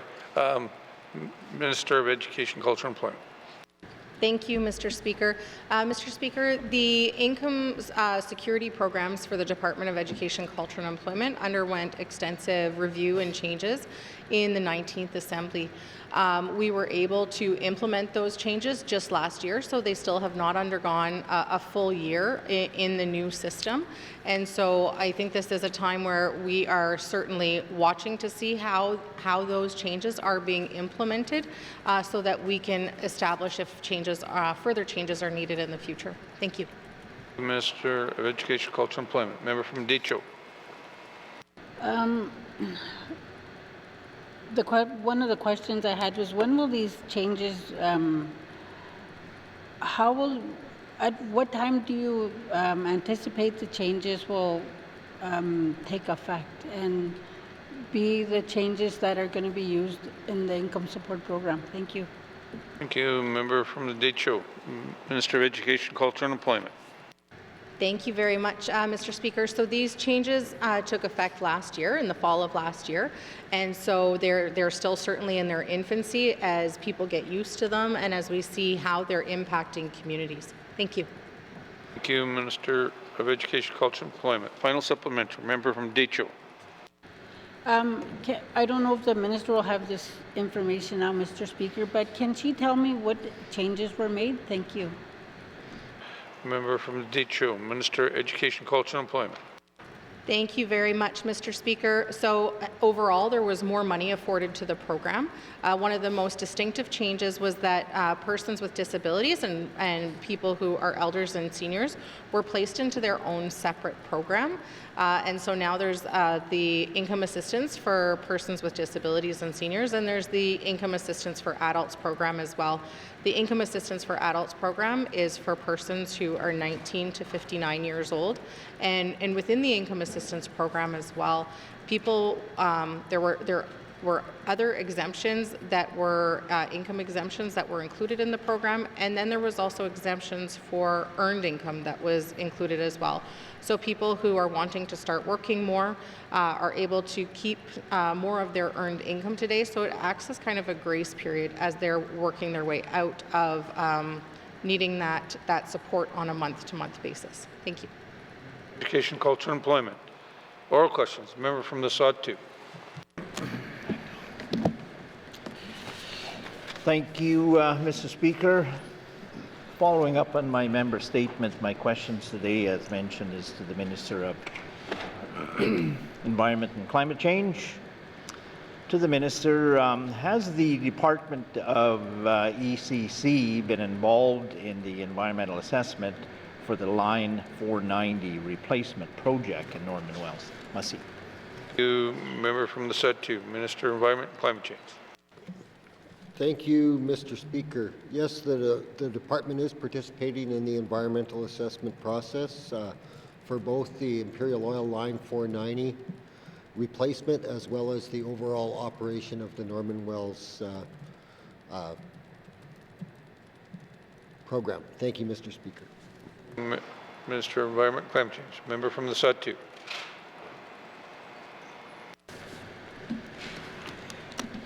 Thank you, Mr. Speaker. My next question to the Minister is, to what degree is the department involved in the 490 process specifically? Masi. Member from Sod-2, Minister of Environment and Climate Change.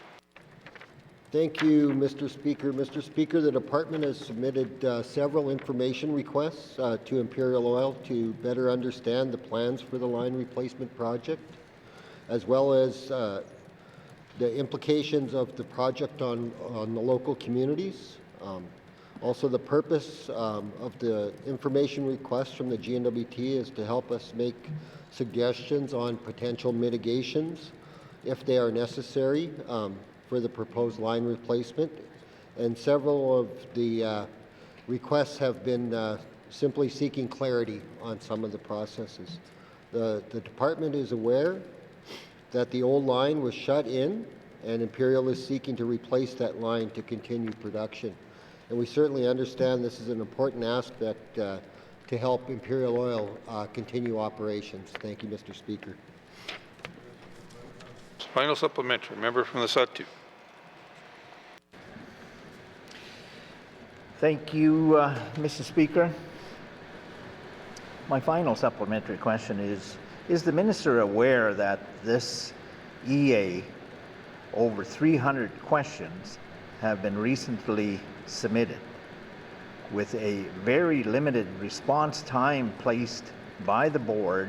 This is a significant number of information requests for the line replacement project, considering there is another environmental assessment in progress for the overall operating authority of the Norman Wells facility, and likely another EA coming for the closure facility.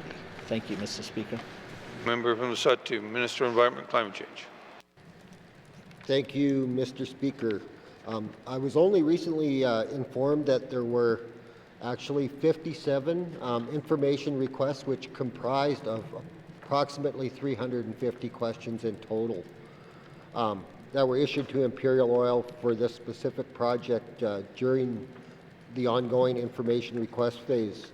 I'd like to note that the GNWT provided a total of 11 information requests, several of which were seeking clarification from Imperial Oil on some of the aspects of the project.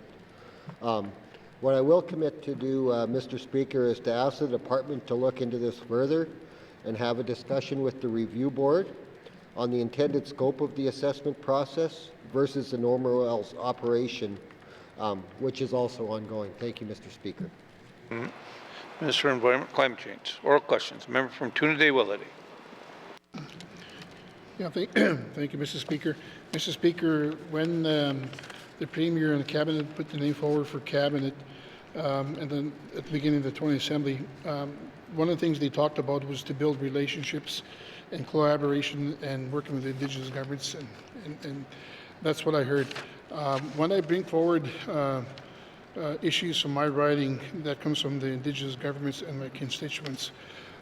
So to my question to the Minister of Infrastructure is that will the Minister commit to working with the Litsokay Dene First Nation Chief and Council to a feasibility study on the creation of ice road from Yellowknife to Litsokay at the earliest possible date to help lower the cost of living for the community of Litsokay and residents? Thank you, Mr. Speaker.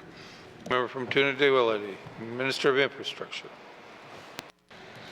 Thank you, Mr. Speaker. Mr. Speaker, there's two items in there, and the first one was with respect to having relationships with Indigenous governments, Indigenous leadership.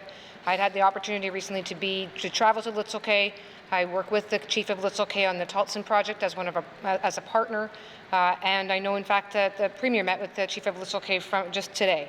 That said, Mr. Speaker, and a separate question then becomes on whether or not initiating a feasibility study is or is not a reflect on the nature of that relationship. Mr. Speaker, I would distinguish the two. An estimate, rough estimate on an ice road to Litsokay is $7 to $8 million. There's no guarantee that would, and in fact likely would not, lower the cost of living. It certainly would not lower the cost of fuel. It's quite a distance. Barging is, in fact, a very economical way of getting fuel to Litsokay. And in last year, Mr. Speaker, MTS, in fact, conducted an extra load to make sure that everything was getting to the community on time and to ensure that they received not only fuel, but in fact, housing units as well. Thank you, Mr. Speaker. Minister of Infrastructure. Member from Tuna-Day-Willity.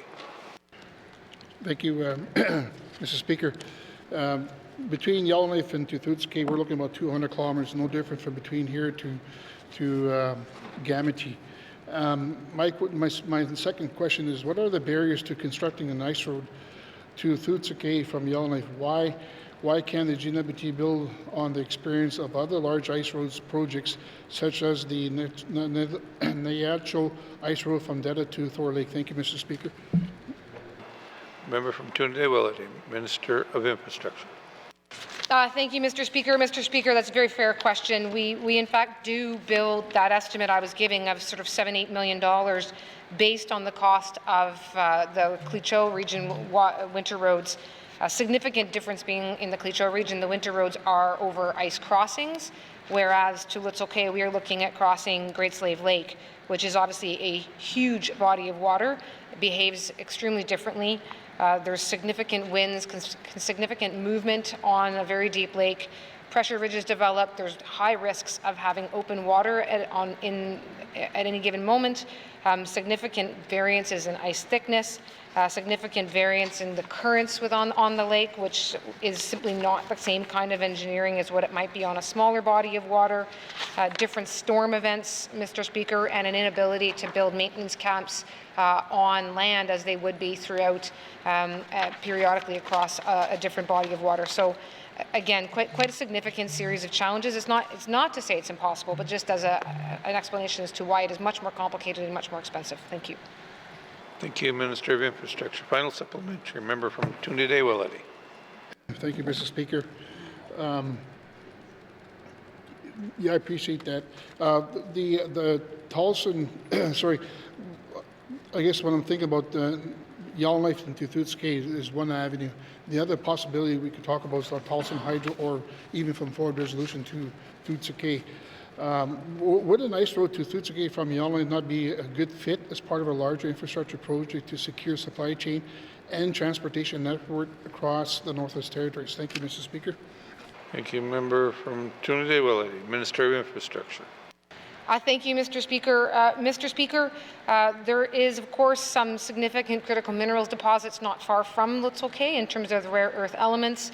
And there certainly is, of course, work that's we're hoping will be getting underway on a Tolleson expansion, which would have a cable running under the water, but would certainly involve potentially some work being done in or near Little Cay and potentially having to move some equipment.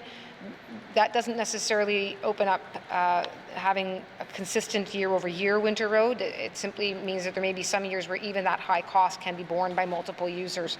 But Mr. Speaker, I don't want to end on a negative note. The Tolleson comment does certainly remind me that as far as strategic infrastructure in this region, there's interest now in micro hydro in the Little Cay region or in the Little Cay community, and certainly very happy to work with them on that. Thank you. Minister of Infrastructure. Oral questions. Member from Frame Lake. Thank you, Mr. Speaker. Mr. Speaker, I want to continue on the thread that the member for Yellowknife North brought into the House this afternoon and talk about the community learning centres, which we had a presentation about this morning. Mr. Speaker, it was noted that there's significant challenges faced by the centres. So, Mr. Speaker, why did the department not work with the college to pursue a more hybridized model that might open the door for the college for cost-sharing operation of the buildings and partnering in ways that were mentioned by the member for Yellowknife North? There's certainly no shortage of need here. Mr. Speaker, could the minister elaborate more on why this wasn't done? Thank you. Minister of Education, Culture and Employment. Thank you very much, Mr. Speaker. So, Mr. Speaker, in December, I was presented by the President and the Chairperson with an options paper so that I would know what they were looking at. That options paper had multiple different directions that the board might choose to go on it. Following that meeting, the Department of Education, Culture and Employment sat down with the board to let them know what each of the different options would mean as far as potential costs that would arise or how that would come out of their MOU, so that they completely understood that it wasn't just a one means the other. Following that, in January, I then learned largely the same day, well, the day before, the rest of the House, what option the Board of Governors had chosen. And the very next morning, that decision was made public. So I was not in a position to be able to work on a hybrid model. That process was not afforded to me. Thank you. Thank you, Mr. Education, Culture and Employment. Member from Frame Lake. Thank you, Mr. Speaker. And Mr. Speaker, I appreciate that context. And so that option being taken away from the minister, I would note that the college, having dropped the centres, now provides the minister with the opportunity to take up that flag herself. So it was noted during the presentation and in the What We Heard report that the college could deliver through these CLCs educational opportunities that respond to chronic staffing shortages in roles in the community, nursing, teaching, social work, or other professions. These are all goals that seek to support our mandate commitment of growing the northern workforce. So considering that opportunity that's been handed to the minister, what does she plan to do going forward now to help the community learning centres succeed? Thank you, Mr. Speaker. Member from Frame Lake, Minister of Education, Culture and Employment. Thank you very much, Mr. Speaker.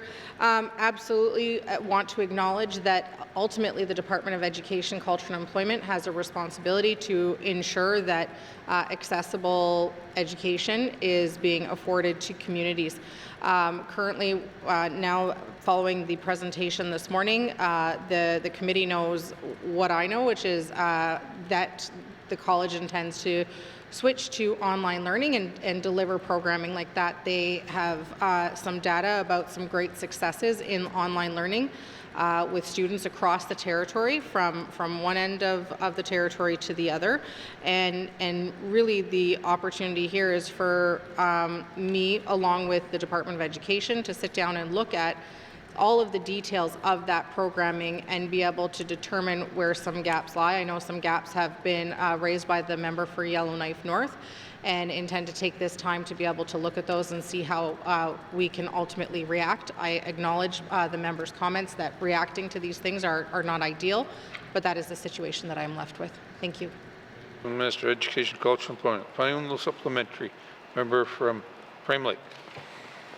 Thank you, Mr. Speaker. Mr. Speaker, I just want to highlight one other thing that was in the What We Heard report that I appreciate the minister posting, and that was noted that in the absence of Aurora College offering local post-secondary programming, communities have started forming partnerships with other institutions from outside the territory, such as University of Alberta, Wilfrid Laurier University, and Yukon University. So it seems that the college has already been pushed away or stepped away from this issue. So I'm curious to hear more detail in the coming months or even today on what the minister intends to do to kind of capture what could be lost, and just emphasize that I don't personally want to see that lost from the communities. We have a goal of growing their workforce, Mr. Speaker, so I want to hear what the minister is doing to achieve that goal. Thank you, Mr. Speaker. A member from Frame Lake, Minister of Education, Culture and Employment. Thank you very much, Mr. Speaker.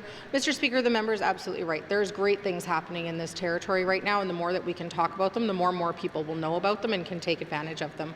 One of the other things that's also occurring at the same time is some of our development corporations for Indigenous governments are taking on some fairly robust workforce development plans and executing them through on-the-job training, and by pairing their goals with programs that are offered through education, culture, and employment. For example, our oh my goodness, where did it go? It was right on the tip of my tongue. Sorry, Mr. Speaker. But our workforce development programs, and there are multiple ones within education. And so I think really working with all of our partners within communities and making sure that these programs are, first of all, known about, that they are accessible, and that ultimately community members know where to go depending on what their career goals are. Thank you. Minister of Education, Culture and Employment. Oral questions. Member from Mophie. Thank you, Mr. Speaker. Mr. Speaker, the changes to income assistance program last year removed the productive choice requirement and the need to seek and maintain employment. Is the minister aware of any proposals to improve income assistance program for young people looking for work? Thank you. Member from Mophie, Minister of Education, Culture and Employment. Thank you, Mr. Speaker. In regards to any proposals, if that is referring to future reviews if there are some kind of scheduled right now. There aren't right now. What we're doing is we're looking at how the program is being implemented throughout the Northwest Territories, the new income assistance programming, and we're very much monitoring how that is flowing out the door, given that it is a new program, and want to ensure that we're well informed and up to date with how it's working for Northerners. Thank you. Minister of Education, Culture and Employment. Member for Moultrie. Thank you. For students and young people looking to retrain, payments, including grants and loans that are received for training and education, are currently considered unearned income. Can the minister say if there is any plan to change this so that money received for education purposes does not reduce the income assistance they receive? Thank you. Member for Moultrie, Minister of Education, Culture and Employment. Thank you very much, Mr. Speaker. Mr. Speaker, the changes to the program did allow for more unearned and earned income to be maintained by residents. Should residents be, full-time students or be pursuing post-secondary education, we do have a very robust student financial assistance program that we can move them into that does also come with living allowance supplements as well. Thank you. Minister of Education, Culture and Employment. Final supplementary. Member for Moultrie. Thank you, Mr. Speaker. Can the minister explain what employment programs are available to young people on income assistance? Thank you. Thank you, Member for Moultrie. Minister of Education, Culture and Employment. Thank you very much, Mr. Speaker. So, Mr. Speaker, we have career development officers that work for the Department of Education, and their role is to connect through our client navigators, income assistance clients with job opportunities for people who are able and are willing to take that route. So these career development officers have access to a suite of different workforce development programs that can be paired with an employer. So there is funding and substantial funding out there, for example, for training, for helping to pay a wage for somebody as they learn how to do a job, to really ease some of that stress off an employer who really is wanting to support somebody to improve their skills. Thank you. Thank you, Minister of Education, Culture and Employment. Oral questions. Member from Yellowknife North. Thank you, Mr. Speaker. My questions are for the Minister of Education, Culture and Employment.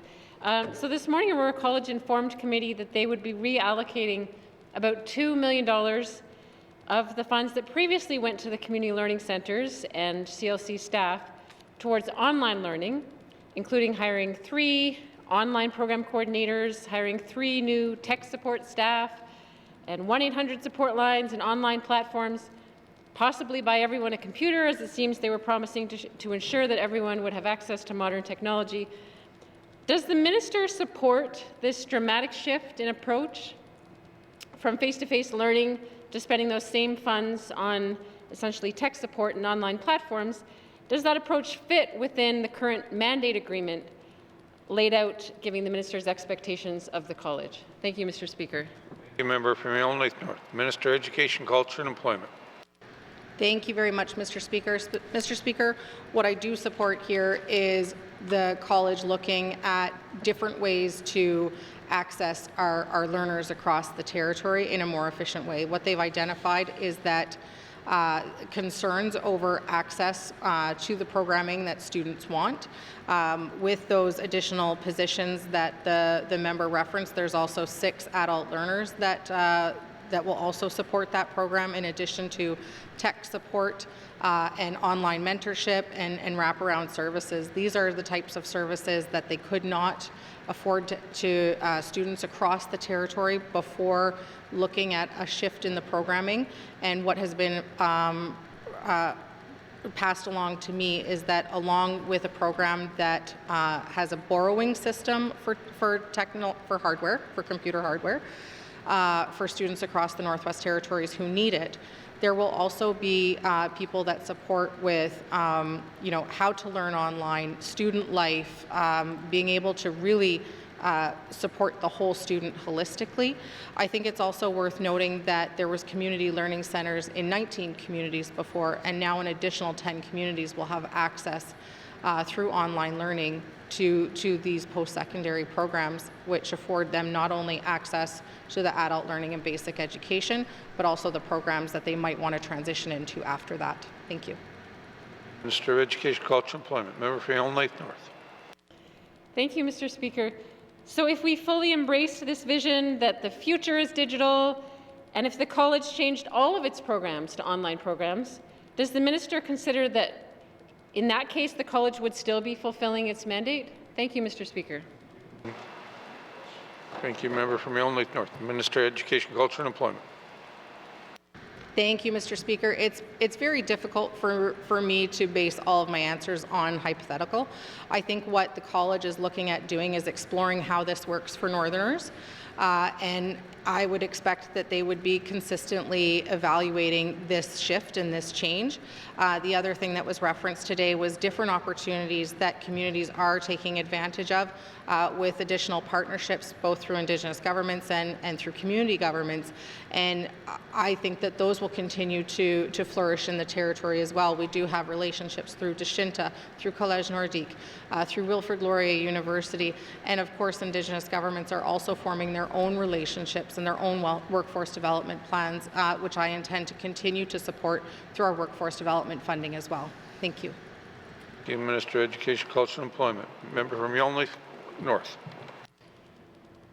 Thank you, Mr. Speaker.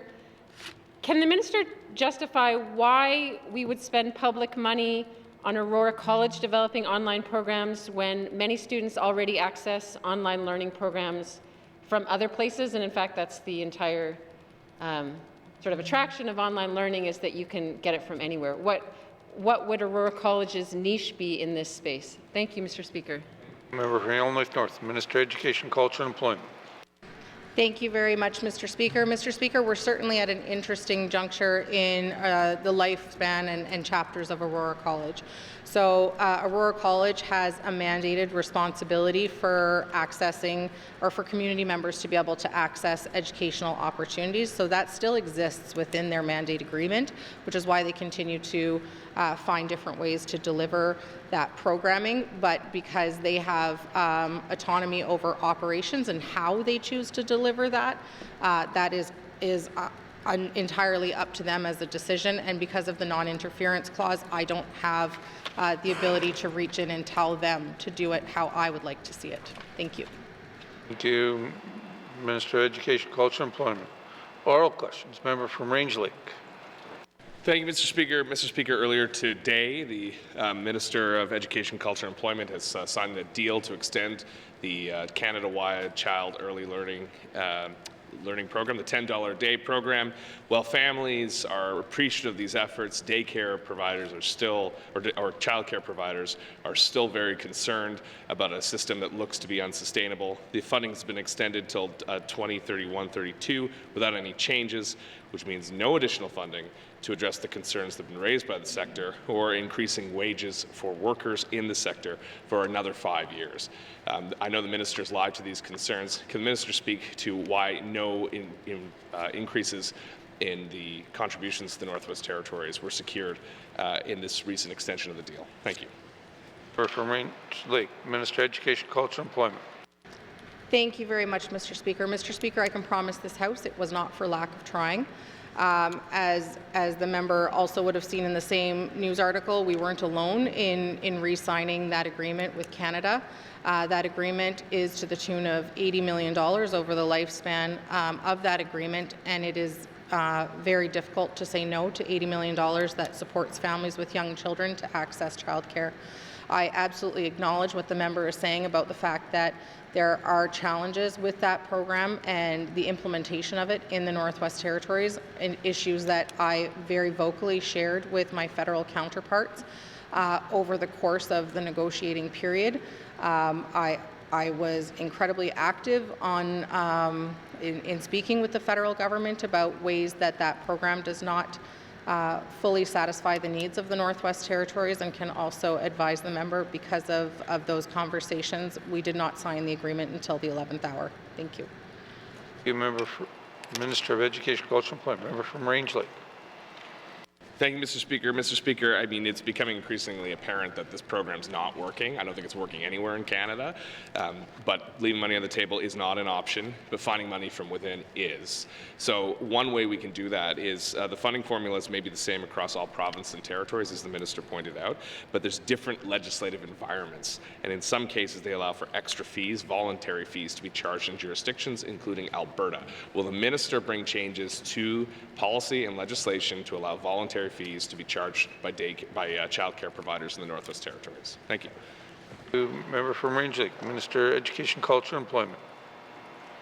Thank you very much, Mr. Speaker. Certainly, as previously committed to in this House, that is an aspect of the agreement that I'm currently looking into with the department. Thank you. Minister, Education, Culture, Employment. Final supplementary. Member from Range Lake. Thank you. I've looked into it as well, and you know who else has, Mr. Speaker? Mr. Speaker, the child care providers and their advocates, the associations have looked into it as well. They want these changes made. So can the minister commit to doing more than looking into them and actually change these things? Can make a commitment to change these things before this problem gets worse? Thank you, Mr. Speaker. Minister, Education, Culture, and Employment. Thank you very much, Mr. Speaker. Mr. Speaker, my concern is implementing or agreeing to something on the floor of the House without doing my due diligence, because in the end we could end up having our agreement cancelled, which costs this territory and families in this territory a tremendous amount of money. We would risk losing our agreement with Canada if we are found to be in contravention of it. So I want to ensure that I'm doing my due diligence before making an $80 million mistake. Thank you. Minister, Education, Culture, Employment. Oral questions. Member from Toonaday-Willety. Thank you, Mr. Speaker. Mr. Speaker, I just want to make a follow-up comments to questions from earlier. When I talked about the Winter Road, it was mentioned between $7 to $8 million. I see that as being an investment for putting the road in like that. But overall, Mr. Speaker, my question would be to the Minister of Infrastructure. I think at this point in time, if we don't start looking for solutions, then I'll be back year after year asking the same questions. I think it's important now that we look at maybe building, when I talk about a pre-feasibility study, it'd be nice if we could do that and look at a plan for 5 to 20 years. And if we do that pre-feasibility study, then we could look also at the all-season road, winter road, perhaps even a roadway expansion, and also, looking at a chip seal program for our community.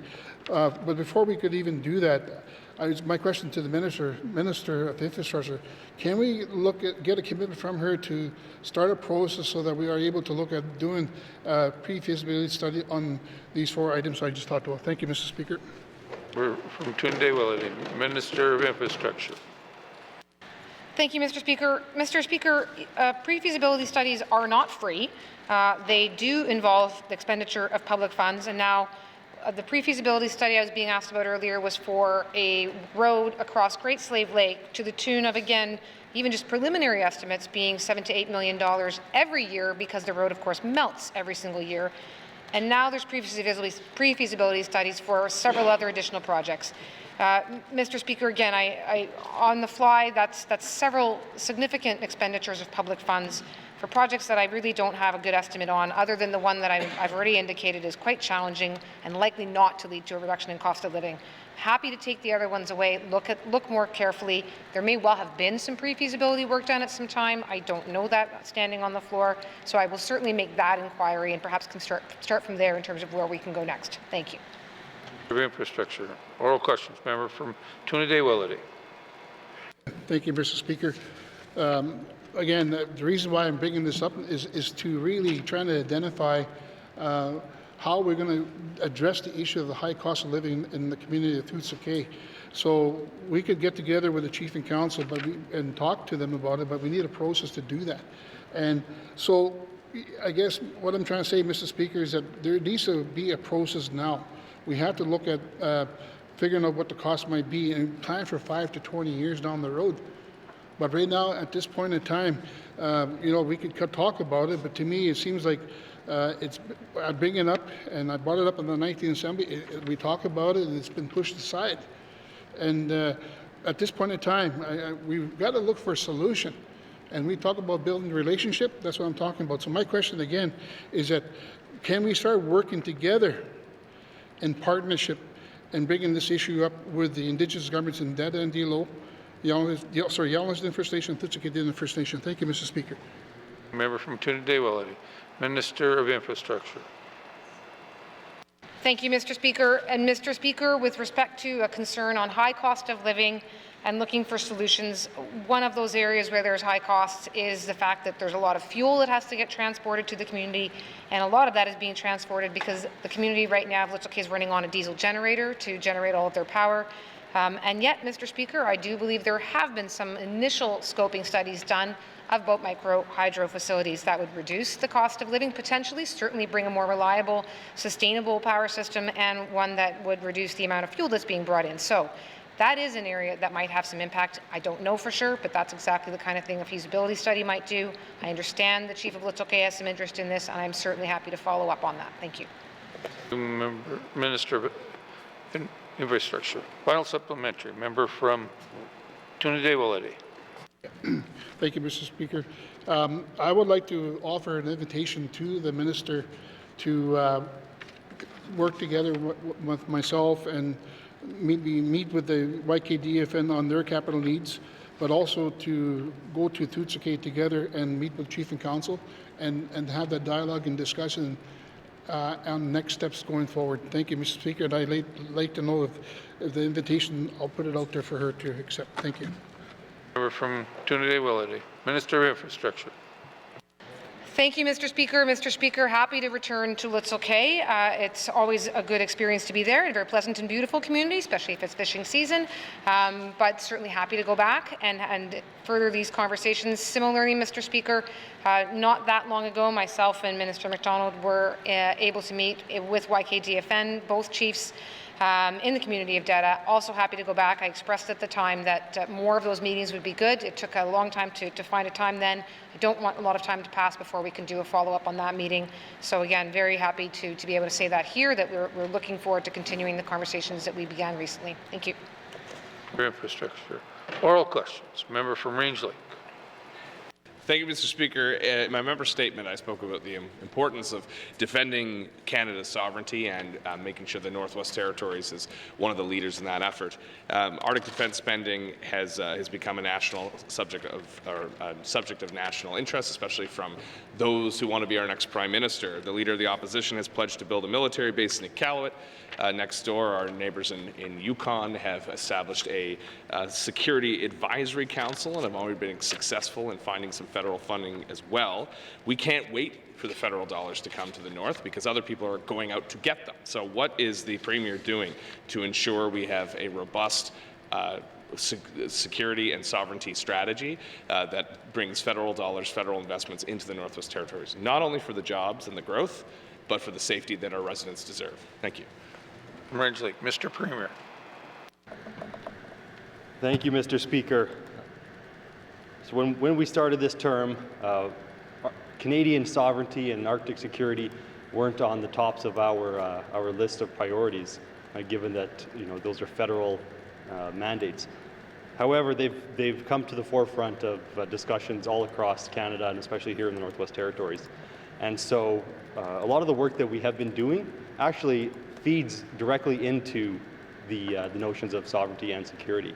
By advocating for the Mackenzie Valley Highway and putting that infrastructure in place, that is increasing our sovereignty, assuring our security. And that was referenced by Minister Blair in interviews he's done subsequent to the announcement, that investment in infrastructure in the north is an assertion of sovereignty. And so we put work into projects like the Mackenzie Valley Highway, like the Tulsan Hydro expansion. We've been putting work into critical minerals. I've been working with my colleagues, particularly the Minister of Industry, Tourism, Investment, and the Minister of Environment and Climate Change on ensuring that our regulatory system is as efficient as it possibly can be. And of course, critical minerals are important to Canada's security, Canada's sovereignty, and North American security, ideally. But given the current situation, we are focusing on Canada. I've had a number of conversations with Minister Blair, the Minister of National Defence, the Minister of Foreign Affairs, Minister Jolie, Minister LeBlanc, all centered around this topic. So we have been already doing the work, and we are putting together, I don't want to say a strategy, but we're putting together a guiding document perhaps on how we're going to move forward addressing these issues. Thank you, Mr. Speaker. Mr. Premier, member from Range Lake.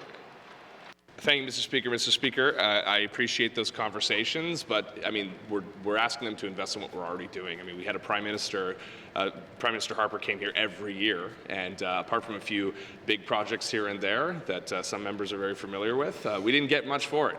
We're still underfunded. We still need more infrastructure. So what we're looking for here is defense spending, and that's still something we're only starting to see trickle out. We do have the Leader of the Opposition pledging to build bases in other northern jurisdictions. So can we have a focus on Arctic defense spending as one of the items of an updated federal engagement strategy? Thank you. Range Lake, Mr. Premier. Thank you, Mr. Speaker. I would say that when we engage the federal government, we want to package our asks in a way that is going to be palatable for them, in a way that they are going to want to consume.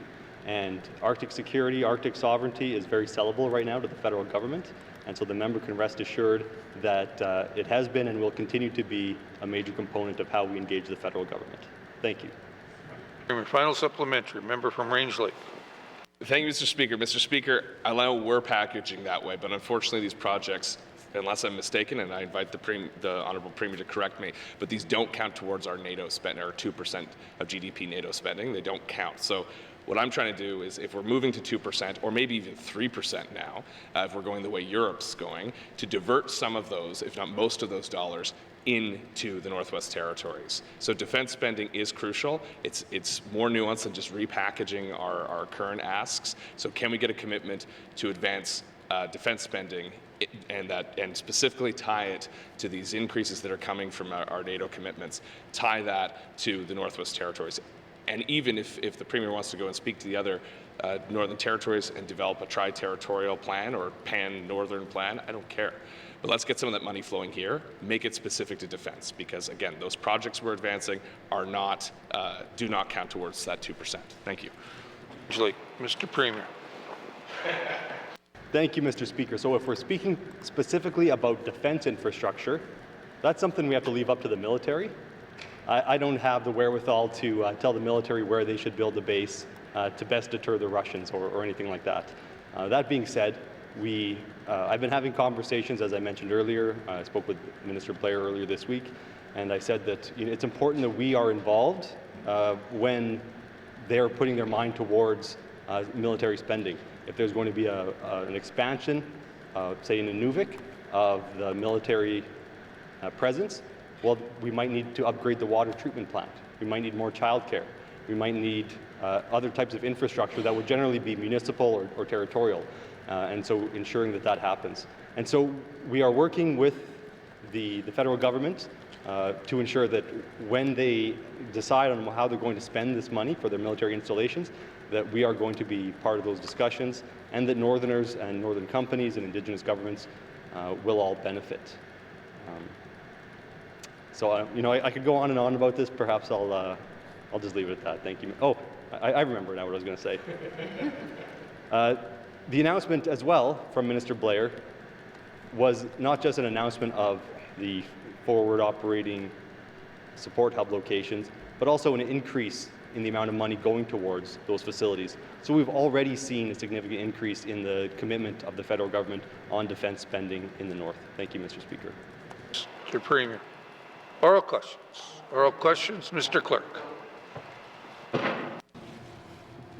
Thank you, Mr. Speaker. Pursuant to Rule 7.27, I have received follow-up information for oral question 568-20(1), lowest return airfare for income tax returns, asked on February 28, 2025 by the member for Great Slave to the Minister of Finance.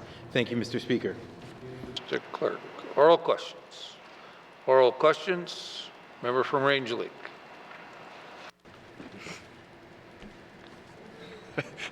Okay, thank you, Mr. Speaker. Mr. Speaker, Sorry, I was confused by our procedures. Mr. Speaker, I too would like to ask just some clarifying points from the presentation that Aurora College gave to members this morning. For the physical assets of the community learning centres, the actual buildings and physical infrastructure that are present in the communities, what is the fate of that with the shuttering of all these facilities in a couple months? Thank you. What will be the fate of that? Member from Range Lake, Minister of Education, Culture, Employment.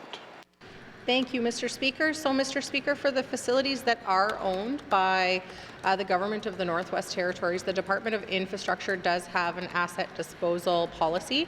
While it is imperative that we follow that policy, I also feel that it is imperative that we also speak with communities to find out what their intent is as well, to make sure that we have an open conversation about those assets. We have had outreach from some communities indicating what they would like to use their local community learning centre for, and so continuing those conversations is paramount. And then in addition to that, there are some facilities that are being used, for example, as classroom space, and so that'll be very important that they continue to be that. Thank you. Minister of Education. Minister of Education. Thank you, Minister of Education, Culture, Employment. Member from Range Lake. Mr. Chance. Thank you, Mr. Speaker. Mr. Speaker, so we've heard directly, members have heard directly from people working in some of these facilities that they're seeing clients, there's some that are very productive. So is there a pathway that the minister can keep these facilities going under a different mandate, keep the staff going, doing the good work they're doing of offering programs, and then the ones that are less productive, maybe hand those over to the local authorities, whatever they may be. But I think that what communities are concerned with is you have some of these places are working really effectively. They employ people, they see people. The Deta Dilo facility saw 100 people or 100 students and trained them over 18 months. So is the minister willing to take this on and bring these back under ECE? Thank you. Member from Range Lake, Minister of Education, Culture and Employment. Thank you very much, Mr. Speaker. Mr. Speaker, that would be a pretty significant budgetary ask. And at the same time, a building is just a building without the staff that need to go along with it. So that is not a question that I have an answer to right here on the floor of the House. And I think certainly would have more information as more of these details get ironed out. Thank you. Thank you, Minister of Education, Culture and Employment. Final supplementary, member from Range Lake. Thank you, Mr. Speaker. Well, I have a fantastic solution, which is the money that Aurora College that is still being granted them, take that back and use it to fund these facilities. So will the minister pursue an exploration with that and see how we can keep these the productive facilities that are training students, that are important to communities, that are employing local people who will not have jobs when they're gone, stay open? Thank you. Member from Range Lake, Minister of Education, Culture and Employment. Thank you very much, Mr. Speaker. So, Mr. Speaker, with some of the funding that Aurora College has, they intend to continue to pay out staff using their staff retention policy. Some of that funding is being shifted to their online version of the adult learning and basic education, and then some of that funding is going to support the development of their Bachelor of Education, their Diploma of Social Work. They're working on their Made in the North degree. They're working on, they shared with this House programming for dental therapy up in Inuvik. And so there's a lot of programming that they're working on in order to offer that to students across the Northwest Territories. And so it's not funding that they are simply pocketing for better better use of that word, but is certainly funding that they intend to reinvest in ensuring that Northerners have access to education. Thank you.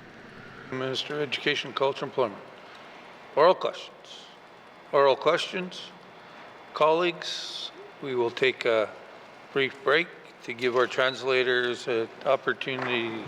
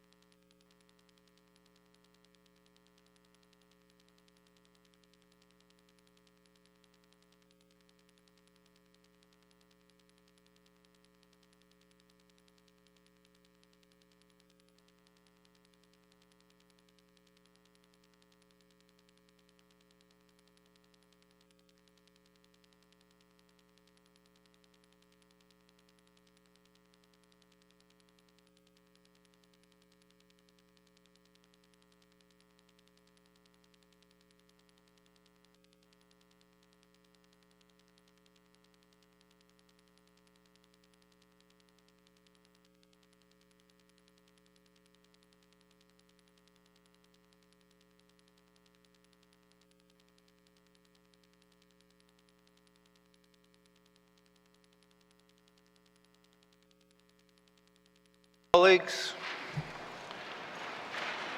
written questions. Written questions? Member from Range Lake. Thank you, Mr. Speaker. I have the following questions to the Minister of Health and Social Services concerning the productivity of operating rooms at Stanton Territorial Hospital. 1. How many scheduled surgeries and day procedures were completed in 2024, broken down per month? 2. What are the total hours worked by all surgical teams for the year 2024? 3. How many surgeries and day procedures were canceled over the same time period? 4. Will the minister provide a full cost accounting of all scheduled surgeries and day procedures completed in 2024? And 5. Will the minister provide a full cost accounting of all scheduled surgeries and day procedures completed in 2024? Thank you, Mr. Speaker. From Range Lake. Written questions. Written questions. Returns to written questions. Return to written questions. Replies to the Commissioner's address. Replies to the Commissioner's address. Petitions. Petitions. Reports on committee on the review of bills. Reports on committee of the review of bills. Reports on standing and special committees. Reports on standing and special committees. Tabling of documents. Minister of Education, Culture, and Employment. Thank you, Mr. Speaker. I wish to table the following two documents: Aurora College Annual Report 2023-2024 and Aurora College Corporate Plan 2024-2025. Thank you, Mr. Speaker. Thank you. Tabling of documents. Tabling of documents. Notices of motions. Notices of motions. Notice of motions for first reading the bill. Minister of Justice.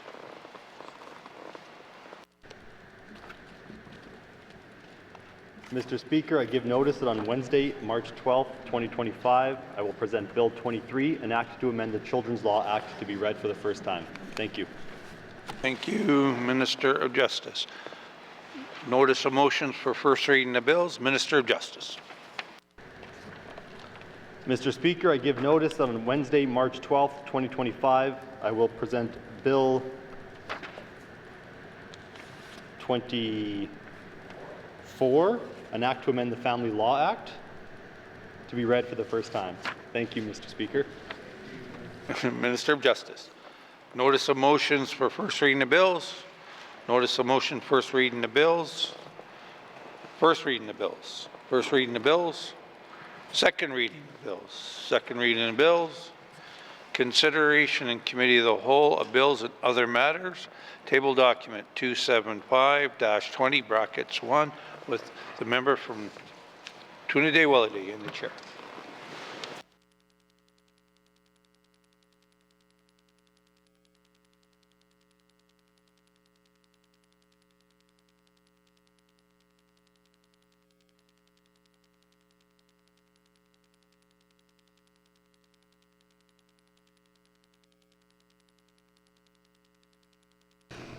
Calling committee to order.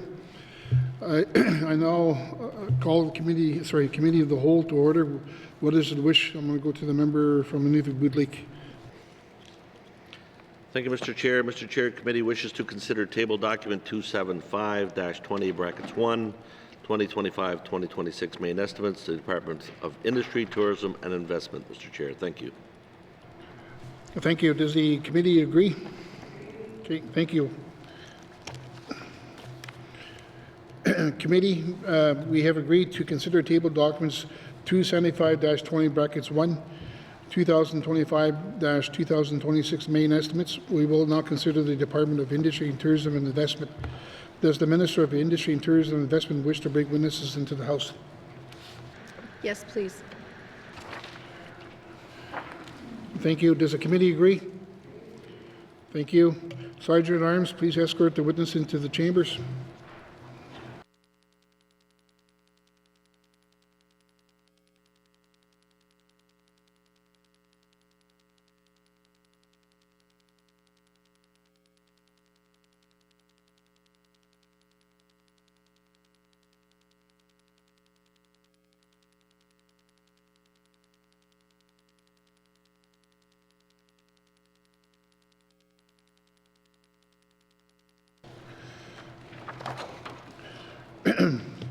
Would the minister please introduce her witnesses?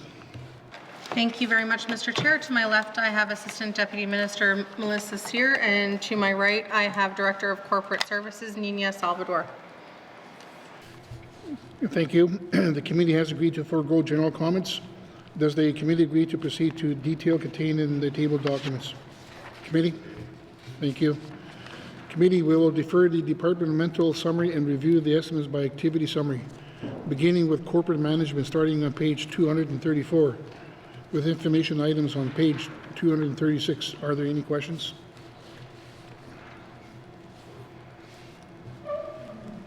We'll go to the member from Frame Lake. Thank you. Thank you, Mr. Thank you. Hello? You're on. Oh, I guess my earpiece just isn't working. Sorry, Mr. Chair. I assume that the first page is a good spot to ask questions about the business plans. On page 260 at the business plans, it talks about releasing an economic vision. I just wanted to ask about the understand more about what they're doing, why it wasn't started this year, and what the expected timeline is. Thank you. Thank you. I'm going to go to the minister.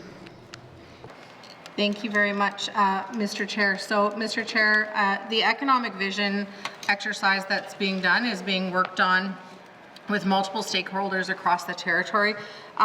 We have presented to Council of Leaders, and Council of Leaders has formed a working group with officials that Indigenous governments have selected. Following that this year, we will also be working with additional stakeholders across the territory outside of government so that we are creating an economic vision which is largely a statement with principles and values associated with it.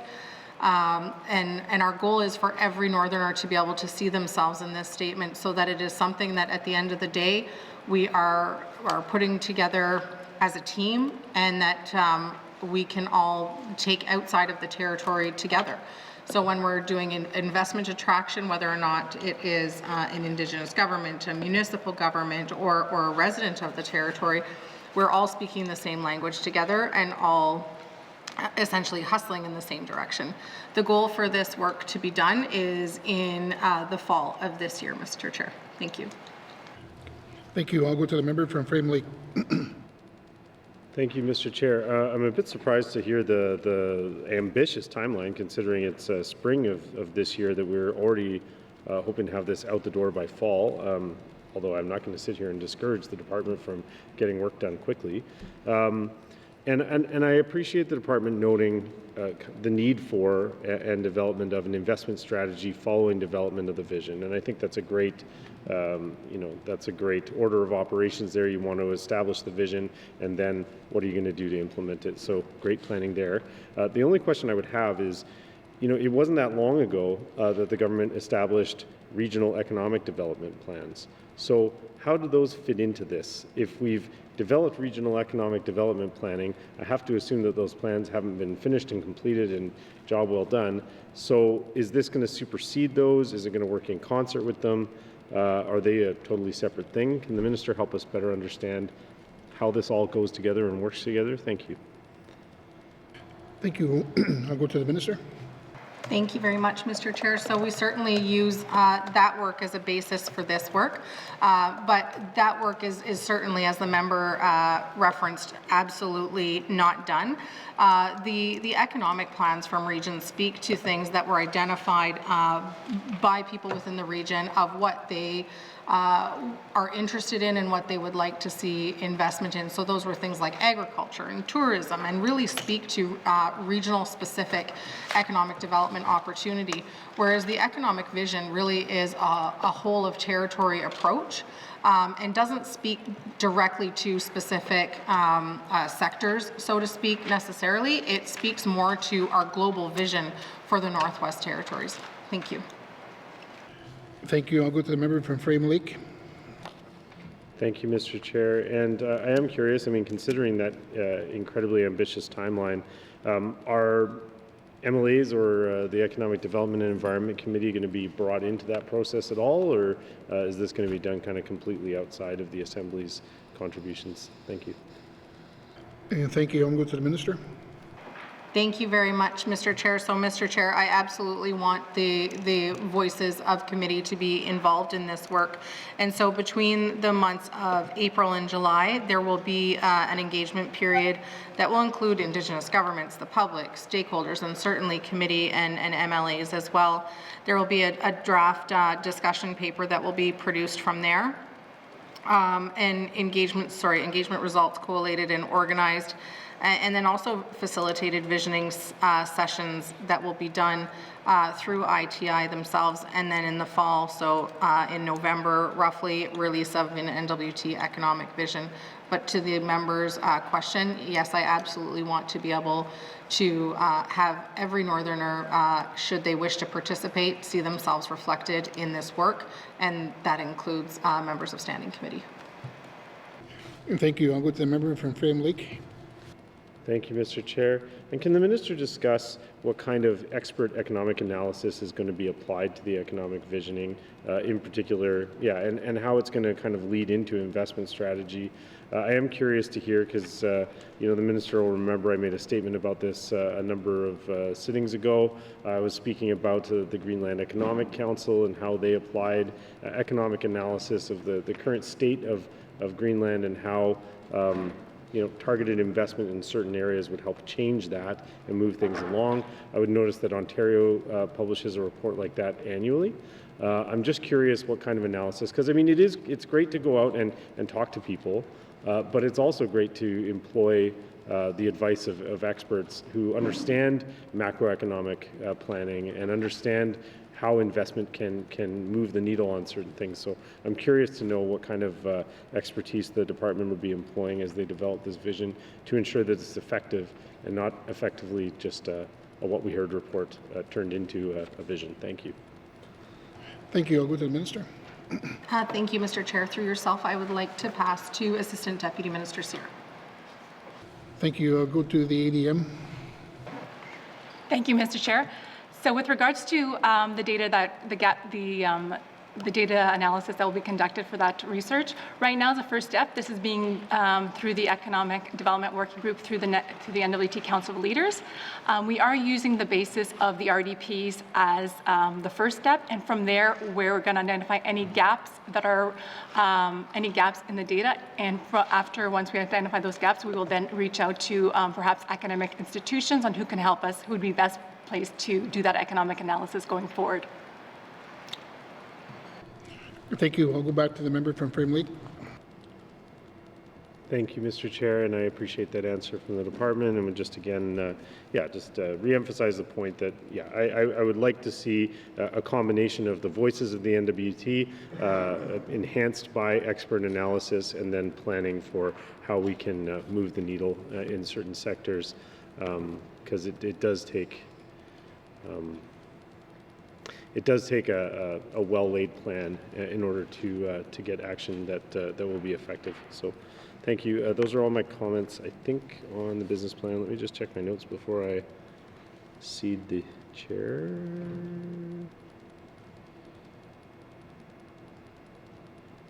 Yeah, those are my business plan-related comments. Thank you, Mr. Chair. Thank you. Next on my list, I got the member from Greensleaf. Thank you, Mr. Chair. So I was just refreshing my memory through the business plan, and this, I think, specifically speaks to policy work in corporate management, so I hope it's appropriate for me to ask here. I was, grateful to be able to attend the NWT Association of Communities AGM last weekend.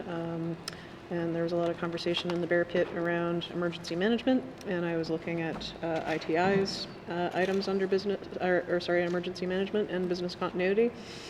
And it says here that you are developing guidelines in partnership with the Chambers of Commerce, another important partner to make sure we're all prepared for any emergency that might come our way. It also says that you're expecting this to be published in the spring. Can I please get an update on that work, Mr. Chair? Thank you. Thank you. I'll go to the Minister. Thank you, Mr. Chair. Through yourself, I'd like to pass to Assistant Deputy Minister Steer. Thank you. I'll go to the ADM. Thank you very much, Mr. Chair. So with regards to the business continuity guidelines that we're working in concert with the City of Yellowknife and the NLE Chambers, we are looking to publish that. We're just in the final steps of approvals from the various chambers, and we're hoping to release that in hopefully early spring before the fire season. Thank you. I'll go to the member from Great Slave. Thank you. That's great to hear. So, how are you working with industry on specific needs targeted to various NWT regions on that? Thank you. Thank you. I'll go to the minister. Thank you very much. Mr. Chair, we're working through MACA. Thank you. Okay. Thank you. I'll go to the member from Great Slave. Thank you, Mr. Chair. Thank you for that clarification. That jives a little bit better in my mind, so that is good to hear. I am curious, following up on the questions from my colleague from Frame Lake, around the economic vision and sort of visionary pieces. Could additional information be provided on the Pan-Territorial Resources Investment Marketing Initiative and how that relates to the economic vision that is being work is being done? Thank you, Mr. Chair. Thank you. I'll go to the minister. Thank you very much, Mr. Chair. So, Mr. Chair, that initiative is focused on really investment attraction for critical minerals. This past week on Sunday night at PDAC in Toronto, we were able to host an event in conjunction with Nunavut and the Yukon, and it was incredibly well attended by both politicians, investment individuals, and business owners. And so we hope to continue to build off that momentum. Thank you. Thank you. I'll go to the member from Great Slave. Thank you, Mr. Chair. Great to hear. And also in your business plan, I believe under economy, because that's your largest section, which makes sense, we're speaking about implementing actions under the priorities for critical minerals in the NWT. How is that work going along? Thank you, Mr. Chair. Thank you. I'll go to the minister. Thank you very much, Mr. Chair. So, Mr. Chair, certainly we are working on everything to do with critical minerals on basically a daily basis within the department, especially this time of year. I've just come off of a bit of a whirlwind of critical minerals events, both in Vancouver and Toronto. We continue to advance critical mineral work on all fronts, including in our geoscience database building, in our investment attraction, in making sure that we're informing the world about all of the projects that are on the go here in the Northwest Territories. And we also have our Northwest Territories Geological Survey that is consistently, successfully leveraging money from federal funding pots. And they do just incredible work, and I can't toot their horn enough. So thank you. Thank you. I'll go to the member from Great Slave. I don't know how to respond to toot your horn. I know. Don't have a clever pun? I don't. I'm really tired today, Mr. Chair. But, you know, I appreciate that. Maybe a more detailed breakdown of what actions are completed and what are still outstanding would be great to share with members. Thanks, Mr. Chair. Thank you. I'll go to the minister. Thank you very much, Mr. Chair. Mr. Chair, if possible, one of the things that I'm going to do today is swap out different staff when we get to different sections, and so maybe we can come back around to that when we get to the petroleum, minerals and petroleum resources section of the main estimates today. Thank you. Thank you. I'll go to the member from Great Slave. Thank you, Mr. Chair. Nothing further. Thank you. Is there any more questions from members? Okay, seeing none, no further questions. Please turn to page 235. Industry, tourism, and investment, corporate operation expenditure summary, 2025-2026. Main estimates, $10,243,000. Does the committee agree? Thank you. Moving on to economic diversification and business support, beginning on page 237 with information items on page 242. Are there any questions? I'm going to go to the member from Frame Lake. Thank you, Mr. Chair.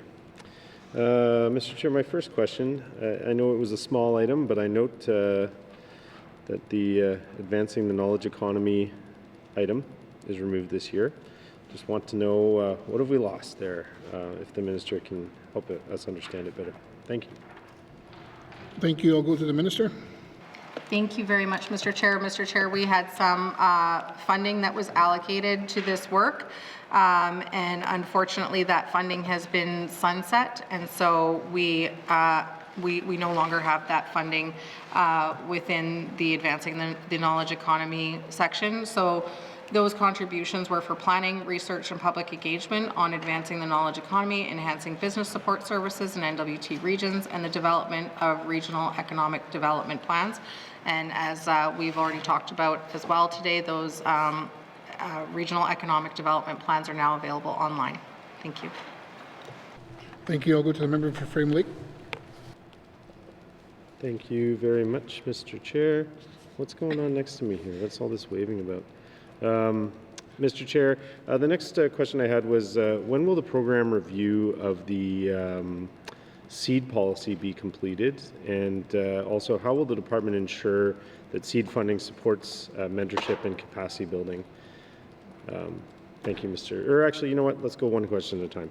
When will the program review of the seed policy be completed? Thank you. Thank you. I'll go to the minister. Next year. Thank you very much, Mr. Chair. So, Mr. Chair, we go out with an RFP to do a complete review of this program in April of this year, and with that, we will do a very robust review of the seed program within the intent of releasing a new policy next year. Thank you. Thank you. I'll go to the member from Frame Lake. Okay. Thank you, Mr. Chair. I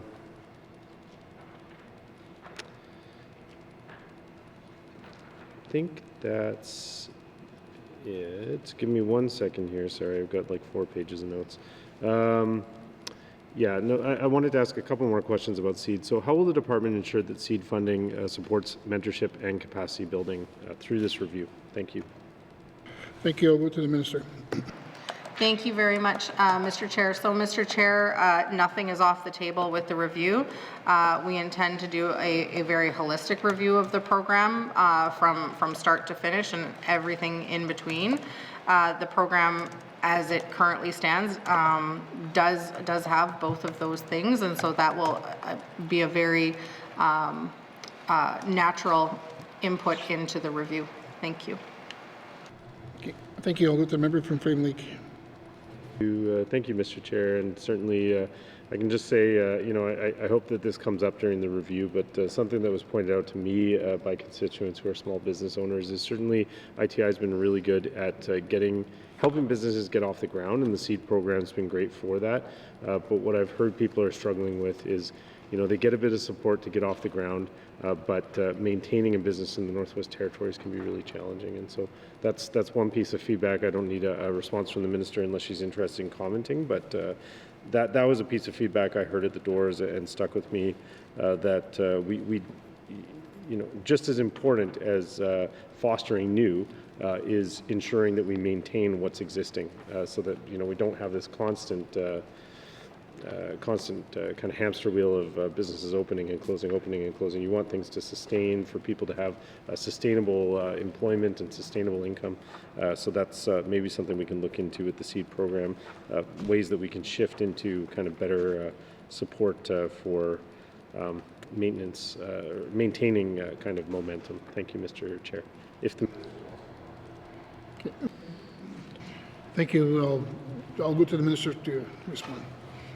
Thank you very much, Mr. Chair. So, Mr. Chair, as a business owner who's actually dabbled in the seed program, certainly have my own ideas of how to improve the program.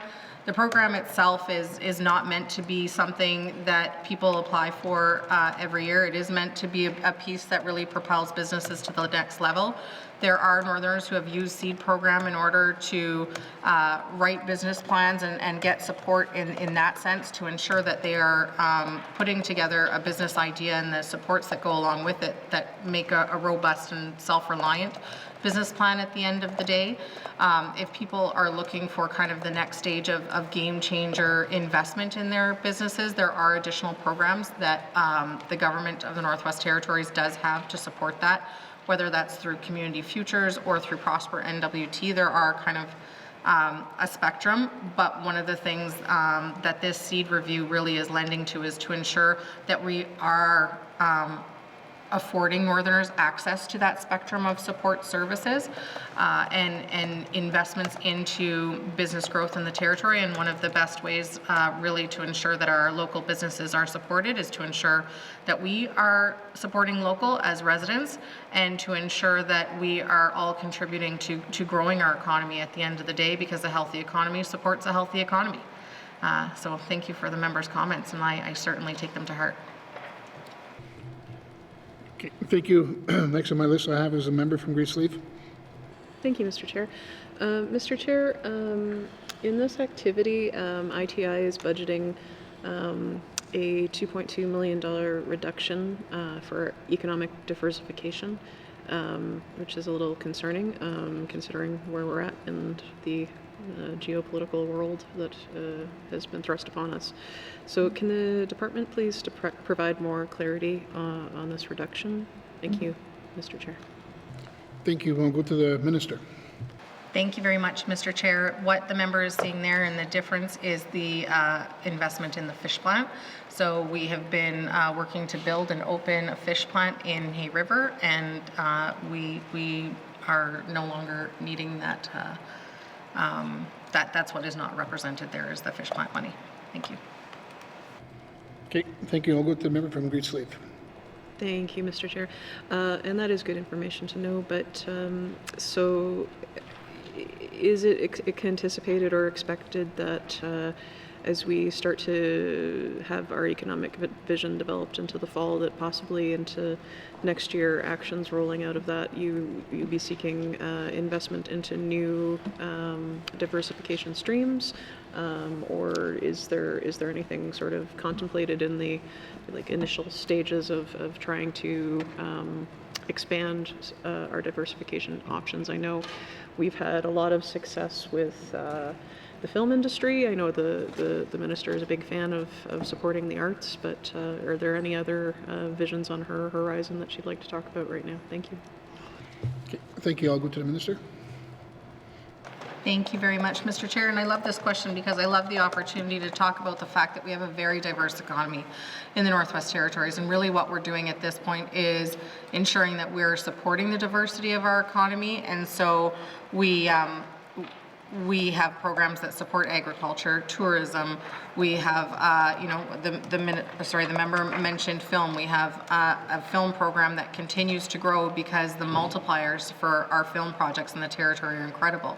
It's got almost a 9-to-1 multiplier, and so investing there really is investing in an economy and a sector that continues to propel our dollars further.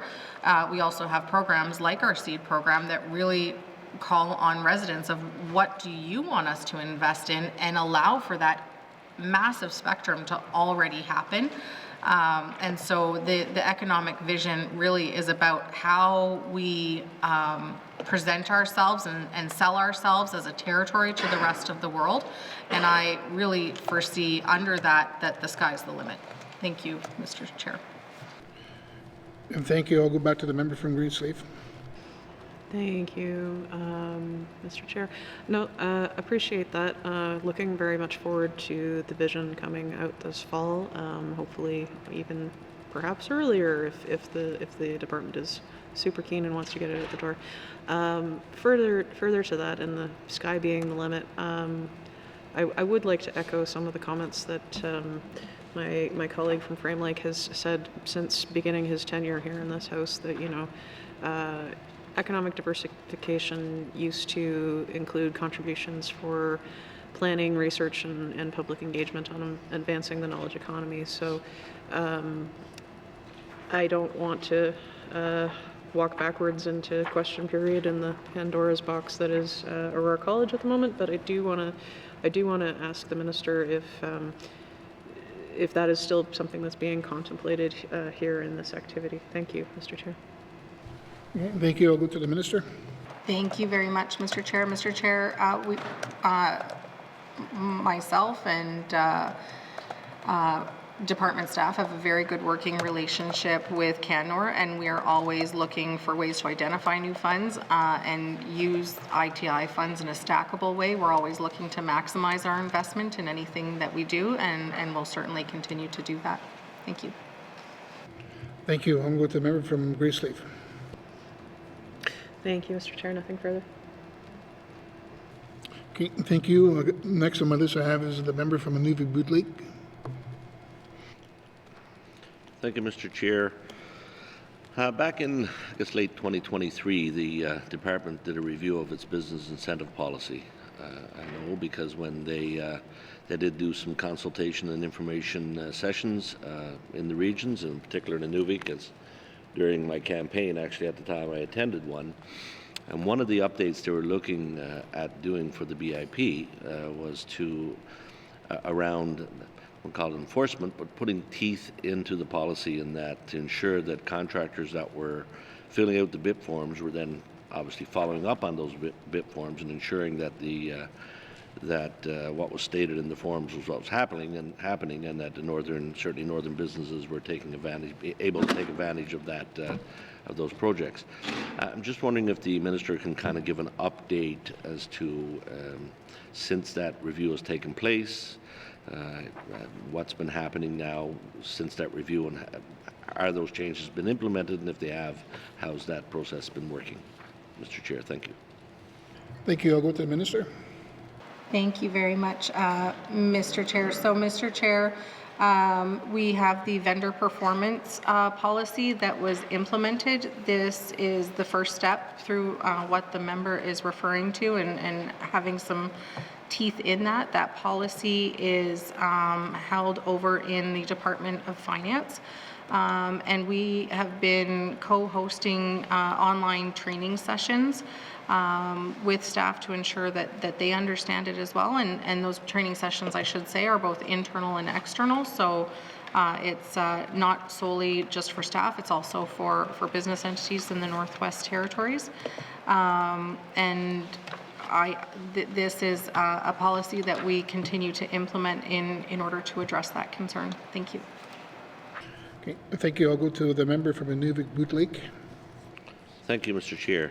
And yeah, the issue has been, and listen, I've been involved with BIP through other parts of my career, and again, we see a lot of times where, you know, a contractor or someone will fill out those forms, put in the northern content, and then not necessarily follow up on the northern content. And the problem was, you know, if you wait till you're halfway through a $20 million contract to realize that, you know, we haven't, you know, those intentions weren't followed, then it's likely too late. So one of the, you know, it'll cost you way more to have to go out and retender that as it would to, you know, and cancel the contract. So from what I understood, that review of that contract now is going to take place earlier in the process versus halfway through the contract or later in the contract.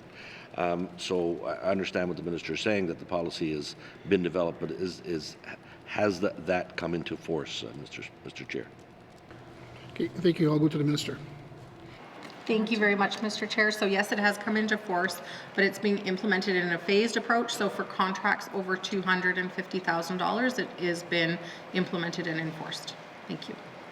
Okay, thank you. I'll go back to the member from Inuvik-Boot Lake.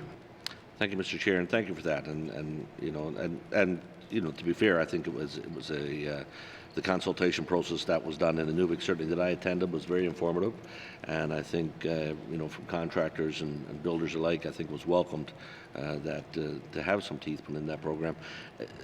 Is the department tracking in any way now I guess the performance, versus what it was pre having this new policy? Is there data being kept on that now, Mr. Chair? Thank you. I'll go to the Minister. Thank you very much, Mr. Chair. So yes, there's data. However, the finer details of that data would be questions better placed to my colleague from the Department of Finance. They're the ones who maintain that policy and maintain the data that goes with it. Thank you. Okay, thank you. We'll go back to the member from the Nunavut Lake. Thank you, Mr. Chair, and that sounds like something for a member statement next week, but I certainly appreciate the answers. No further questions in this section. Thank you. Okay, thank you. Next on my list I have is the member from the Decho. Thank you, Mr. Chair. I wanted to find out, and you probably, well, Mr. Chair, how many new companies registered for BIP since last year, I guess? Does the Minister have any of that information? Thank you. Thank you. I'll go to the Minister. Thank you very much, Mr. Chair. So we are up to a total of 1,400 businesses in the Northwest Territories. Okay, thank you. I'll go to the member from the Sawtooth. Okay. My apologies, the member from the Decho. When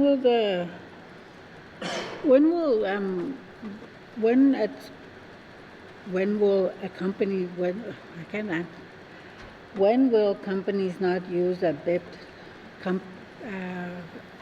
not use a local BIP company? Thank you. Okay, thank you. I'll go to the Minister. Thank you very much, Mr. Chair. So I think the question is in regards to when would the government not use a local BIP company? Or, yeah, okay.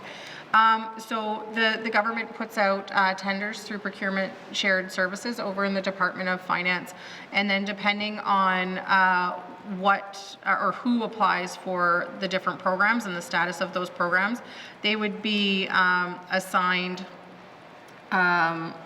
bid adjustments that would be based on our business incentive policy if they qualify and match the criteria. And then those bid adjustments would then help procurement shared services determine who is the successful bidder in a project. Thank you. Thank you. I'll go to the member from the Decho. Thank you for that. And another question is on Prosper NWT. How does Prosper NWT support, what companies do they support in the Northwest Territories? Thank you. Okay, thank you. I'll go to the Minister. Thank you very much, Mr. Chair. So, Mr. Chair, between April 2005 to March 2024, Prosper NWT has supported 741 businesses across the Northwest Territories. So I certainly couldn't list them all out here. And then through those 741 businesses, they have dispersed approximately $128 million. But it might be of interest to members, and mind you, these are regional areas, not political areas, but 162 businesses from the South Slave, that was 40% of the funds dispersed, 52 million. 386 businesses in the North Slave, that was $30 million or 24% of funds dispersed.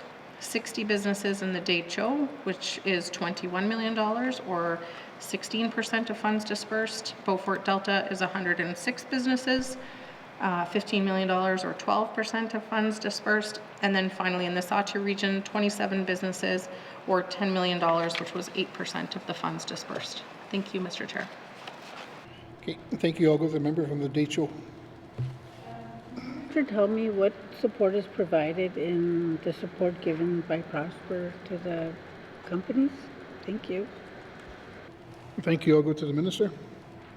Thank you very much, Mr. Chair. So the programs and services afforded by Prosper NWT are everything from debt financing, which is primarily in the form of loans, venture investments, digital support programs, and also business services. So for example, in the form of accounting or human resources support as well. Thank you. Okay, thank you. I'll go to the member from the DHO. Companies like Dene for Clouds, they're a for-profit company, correct? Thank you. I'll go to the minister. Thank you very much, Mr. Chair. So, Mr. Chair, companies like Dene for Cloud are a subsidiary of Prosper NWT, so is not counted in that previous area that I identified. So there are a number of subsidiaries that Prosper NWT does support, and they are certainly for-profit companies, and Prosper NWT is working with them to continue to develop their business practices. Thank you. Thank you. I'll go back to the member from the DHO. Thank you, Mr. Chair. Is it hope that eventually Dene for Clouds would be totally independent on its own? Thank you. Thank you. I'll go to the minister. Thank you very much, Mr. Chair. So that is certainly my hope for every single one of the subsidiaries, that they are supported to develop business plans and business practices that make them wholly independent from Prosper NWT. I have asked the Prosper NWT along with their board, and their board has made the same request to Prosper to look at plans to move out of having to support these subsidiaries. So there's just under 9 full-time staff that work at them across the territory, well, in the communities where they are present, and the cost to Prosper is over $1 million. And so ensuring that these businesses operate as a business and are empowered to become revenue positive is incredibly important to me and also to the board of Prosper NWT.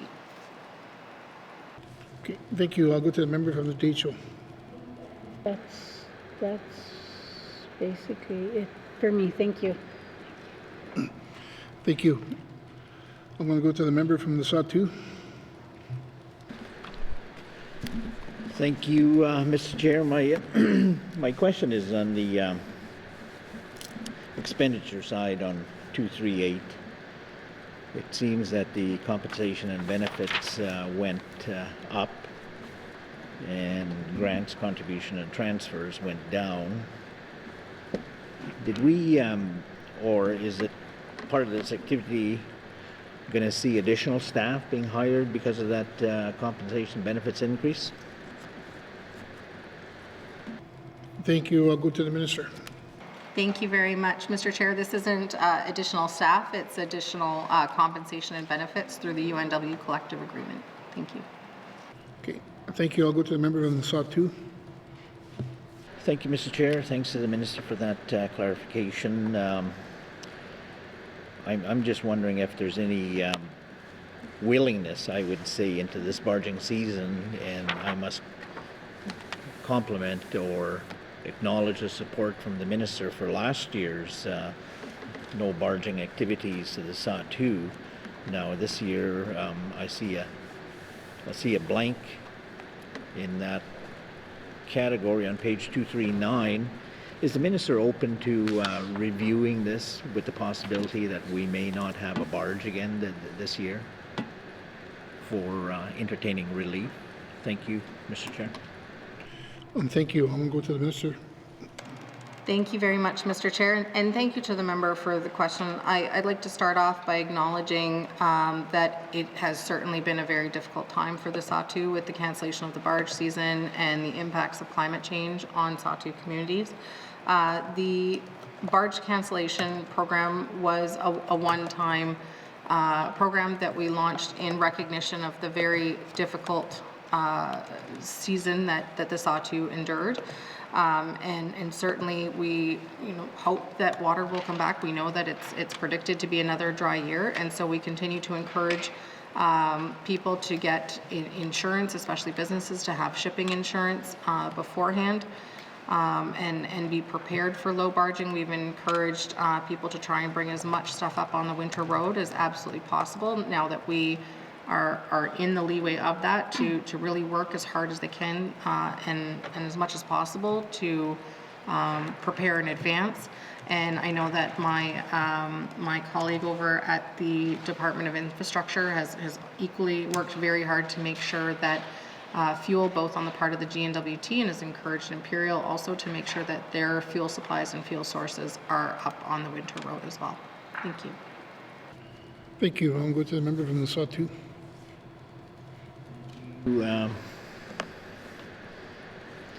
I'll acknowledge that as a possible door invitation for further negotiations.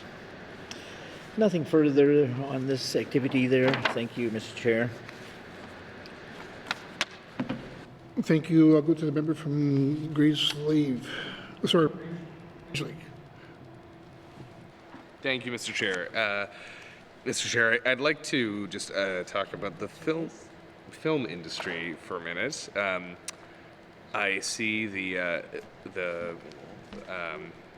budget's doubled, which is good, and we heard about the multiplier earlier today.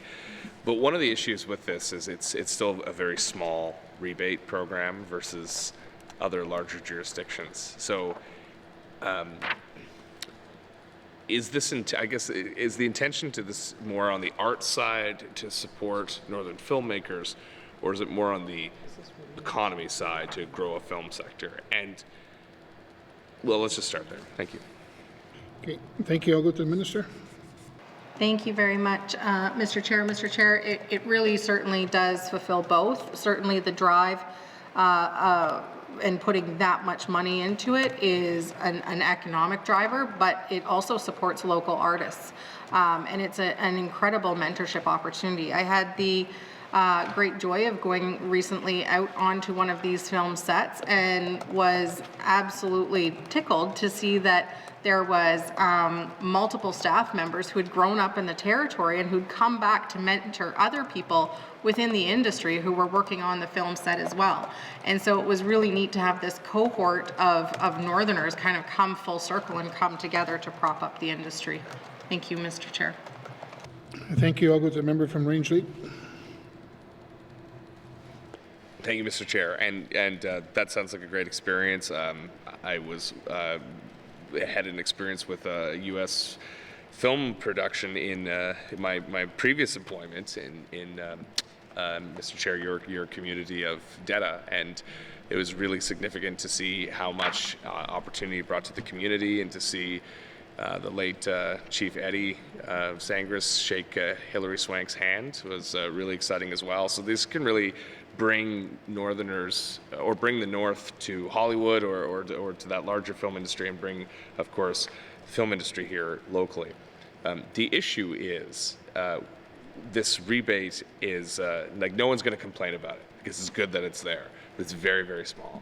And if you're looking to build an industry around a rebate program, which basically every jurisdiction does, the reason they film in European countries, small European countries, and you're like, why are productions setting up there? It's because how their film rebates are structured. This could be an area that we could attract a lot more, or more productions to, and also support local filmmakers as well if we expanded this program. But it's going to take a significant amount of expansion, not 1 million or 1.5 million, but tens of millions, if we want to take it seriously and really grow out an industry here. Is there any possibility or long-term planning? Obviously, we have fiscal challenges we need to address, but we also have economic challenges we need to address, and a lot of jobs in the private sector that are leaving the territory with the closure of the mines, and not a lot to replace them. So the good stuff about this is, again, the ×9 multiplier for every dollar we put into this, but also the sustainable jobs it creates as long as the funding's there. It is very much a, if you fund it, they will come kind of model. So as we try to pivot into a future, an increasingly uncertain future, is a more robust film rebate program that can attract larger productions, support more local productions, and grow a film industry in the hub communities, part of the department's long-term thinking. Thank you. Thank you. I'll go to the minister. Thank you very much, Mr. Chair. Well, Mr. Chair, I'm not shy to ask for money, that's for sure, and I'm sure my cabinet colleagues would confirm that. In my short time as Minister of ITI, we've managed to take this fund from $100,000 to $500,000, and now this year to $1 million. And so we're seeing a continued significant amount of investment in it, acknowledging that the benefits are huge, and not just for the North Slave region, but for the whole territory. Through a Canmore investment, we were able to work with a location scout who traveled the territory and actually created a bank of photographs and video of communities and areas across the territory. By the way, loves Frank Channel Bridge, does not want to see it replaced, but had to let him down gently.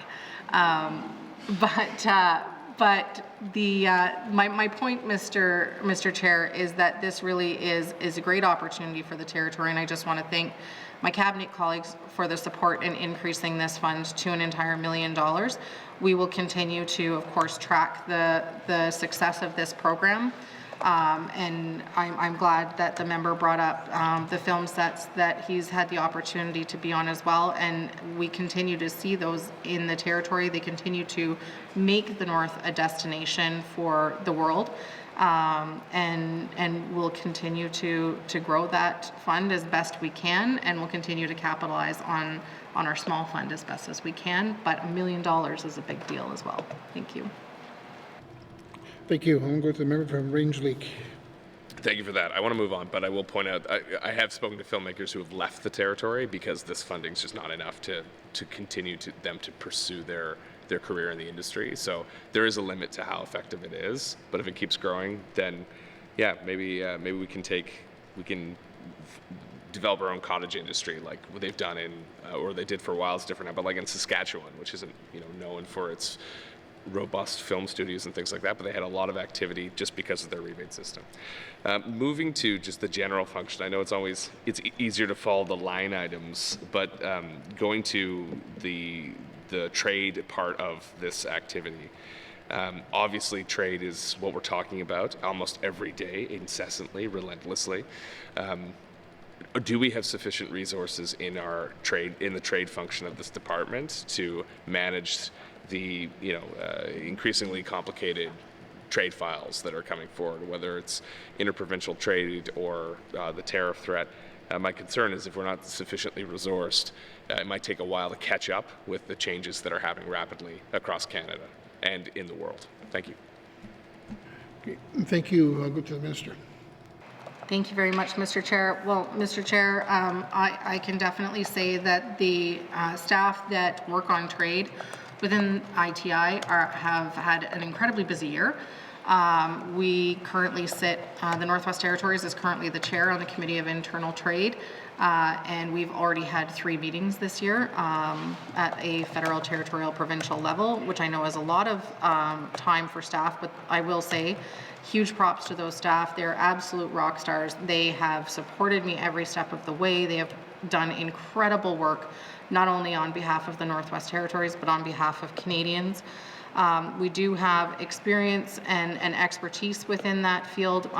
One of the staff that I have had the opportunity to work very closely on that has worked within the file for a decade, and she's incredible. She's incredibly good at her job. We also work quite closely with Department of Justice and have the honor and privilege of having one of the lawyers who actually negotiated the Canadian Free Trade Agreement on behalf of the Northwest Territories, who supports our team. And I do feel that team is, although very busy, very well supported, and they, I'm sure, will continue to be rock stars in support of the people of the territory for this very difficult time for Canadians. But also they are rising to the challenge. Thank you, Mr. Chair. Thank you. I'll go to the member from Range Lake. Thank you, and it's always nice to recognize the good work of staff, so I appreciate the minister's very kind words for public servants. That being said, are these well, not that being said, there's no but here, they're great, thank you. Period.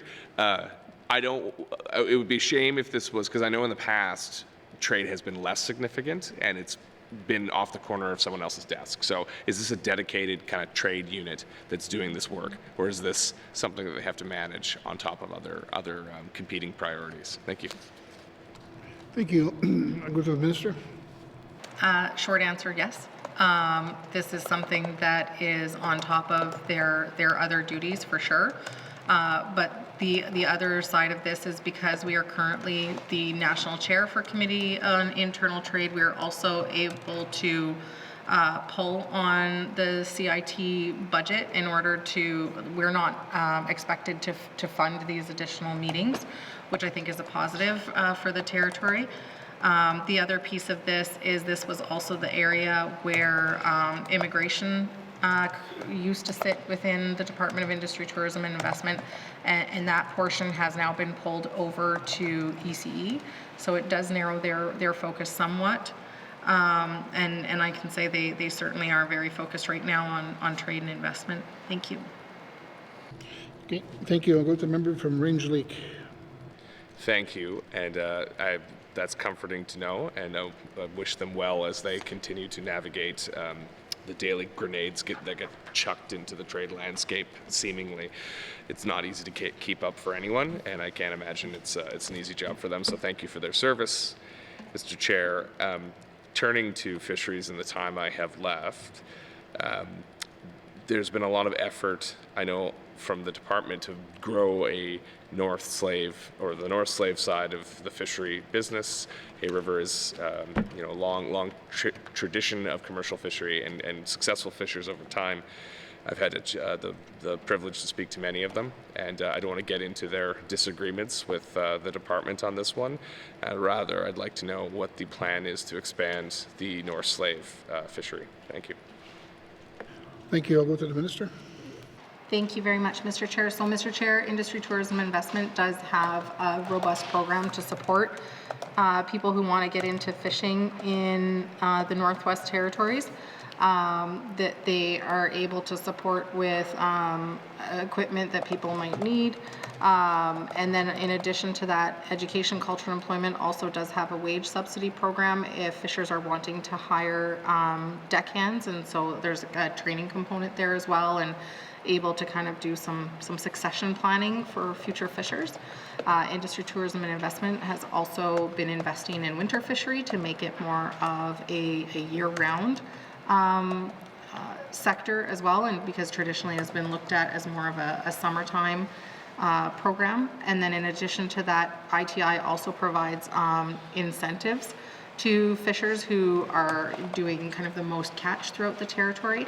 And currently for this year, we're looking at different options and programs for the byproducts of fish in the territory. So an example of that is fertilizer, for example, using fish byproduct as well. Thank you, Mr. Chair.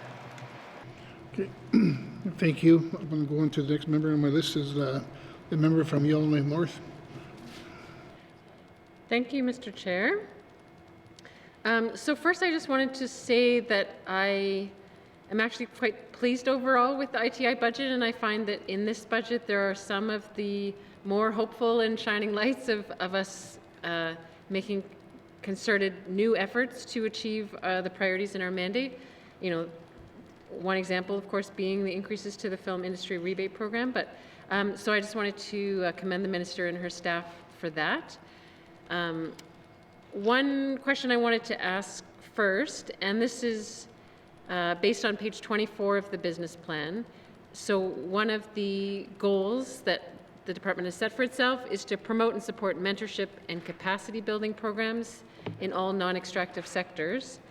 And there's notes there around that there's been 49 participants so far, but I wondered if the minister could explain what kinds of programs or sectors these participants have been receiving mentorship and capacity building in, so we have a better picture. Thank you, Mr. Chair. Thank you. I'll go to the minister. Thank you, Mr. Chair. I would love to pass to Assistant Deputy Minister Cyr. Thank you. I'll go to the ADM. Thank you, Mr. Chair. So with regards to the mentorships, we work very close in partnership with for example, the NWT Tourism. We have northernmost host mentorship programs that are hosted in all our various communities and regions. There's also Hide and Fur through our Hide and Fur program for trappers in collaboration with ECC, as well as a number of other ones with in the arts, having workshops with artists, whether it's with seal or other products. So that would encompass the 49 that we do have hosted in the last year throughout the 5 regions. Okay, thank you. I'll go to the member from Yellowknife North. Thank you for that. I think it's good to get the word out about these opportunities.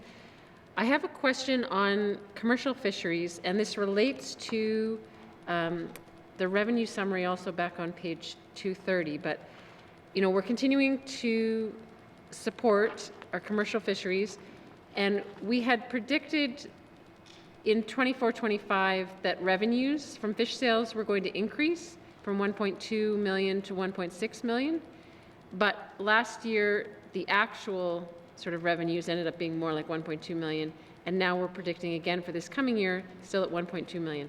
Can the minister explain what was the hope in terms of expected revenues last year to 1.6 million, and have we given up on whatever that hope is, given that we're back to the same expectation for this year, or what's the plan going forward to try to increase revenues on fish sales?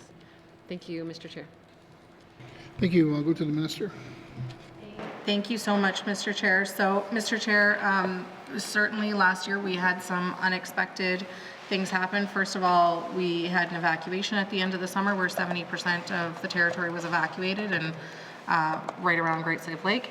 The other part of that is we had significantly low water, and so the fishers had a really hard time getting their boats into the water, and waited them out for a bit, and then ended up actually bringing their boats, some of them, over to Yellowknife to get them into the water, or to other launch points, because Hay River was just too low for them to get them into the water on that side. Thank you, Mr. Chair. Thank you. I'll go to the member from Yellowknife North. Thank you, Mr. Chair. So I guess the question is, but for this coming year, we're still predicting 1.2 million in revenues, which was sort of what it was before. I understand there was many disruptions last year and the year before. Are we predicting, though, that revenues will increase, or are we actively taking steps to try to make it increase, barring further disasters and evacuations and plagues and all the rest? Thank you, Mr. Chair. Thank you. I'll go to the minister. Thank you very much, Mr. Chair. Absolutely, the goal is to see the fish plant generate more and more revenue every year, like a business. It is not the GNWT's intention to forever operate and own a fish plant. So what we really want to do is to be able to show that it's profitable and show what it can do. Currently, it is being operated by FFMC, and so we work with them in order to understand what the forecast will be.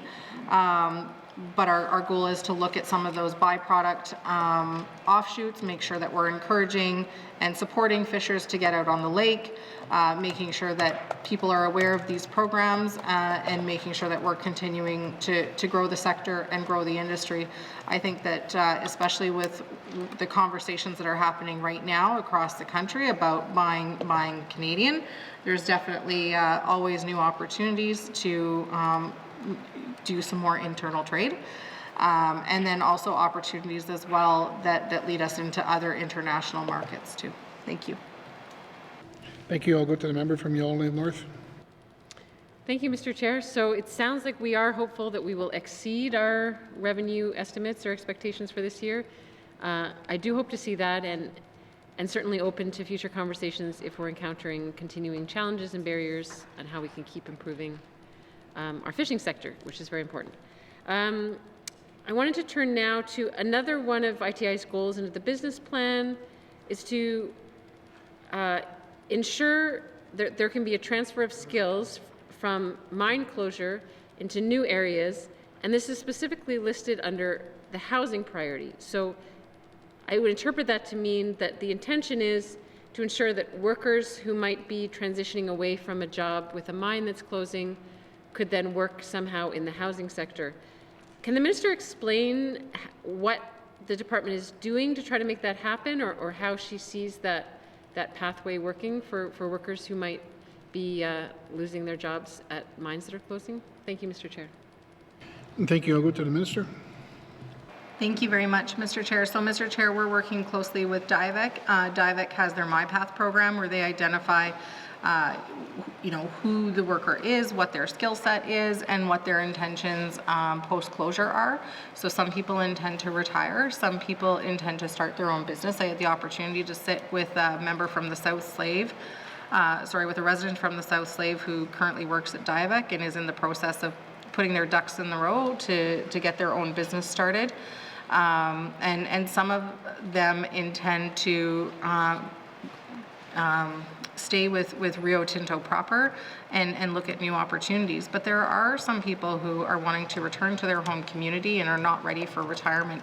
And so the intent there is to ensure that we don't lose any skilled workers. And if somebody is returning to their home community and is, per se, an electrician or has gained experience as a heavy-duty mechanic or whatever their skill set may be, we certainly don't want to lose their skill set or lose them from their home community. And so certainly trying to ensure that we are aligned with DIVEC, that if there are people in that situation, that we can ensure that we're connecting them with other opportunities in their home community.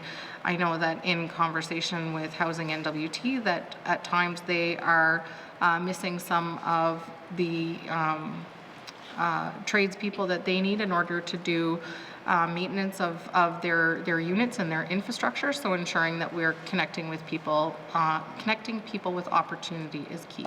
Thank you. Thank you. I'll go to the member from Yellowknife North. Thank you, Mr. Chair. So my final question, for Prosper NWT, I understand that we are transferring 1.5 million or roundabouts to them, but I also see that in their, statement, as an information item, they're carrying an accumulated surplus each year of over $35 million. And so I wonder if the minister can explain why why they need to maintain a surplus of $35 million and why they can't use some of the surplus to fund, what the GNWT is currently funding, each year to the tune of 1.5 million. Thank you, Mr. Chair. Thank you. I'll go to the minister. Thank you very much, Mr. Chair. And Mr. Chair, I cannot explain to you how much I'm wishing that Prosper NWT was now sitting next to me. But, Mr. Chair, and I'm going to very uneloquently describe this, but essentially those are their investments into loans. And so it's not cold, hard cash, so to say, sitting there in their bank accounts not doing anything.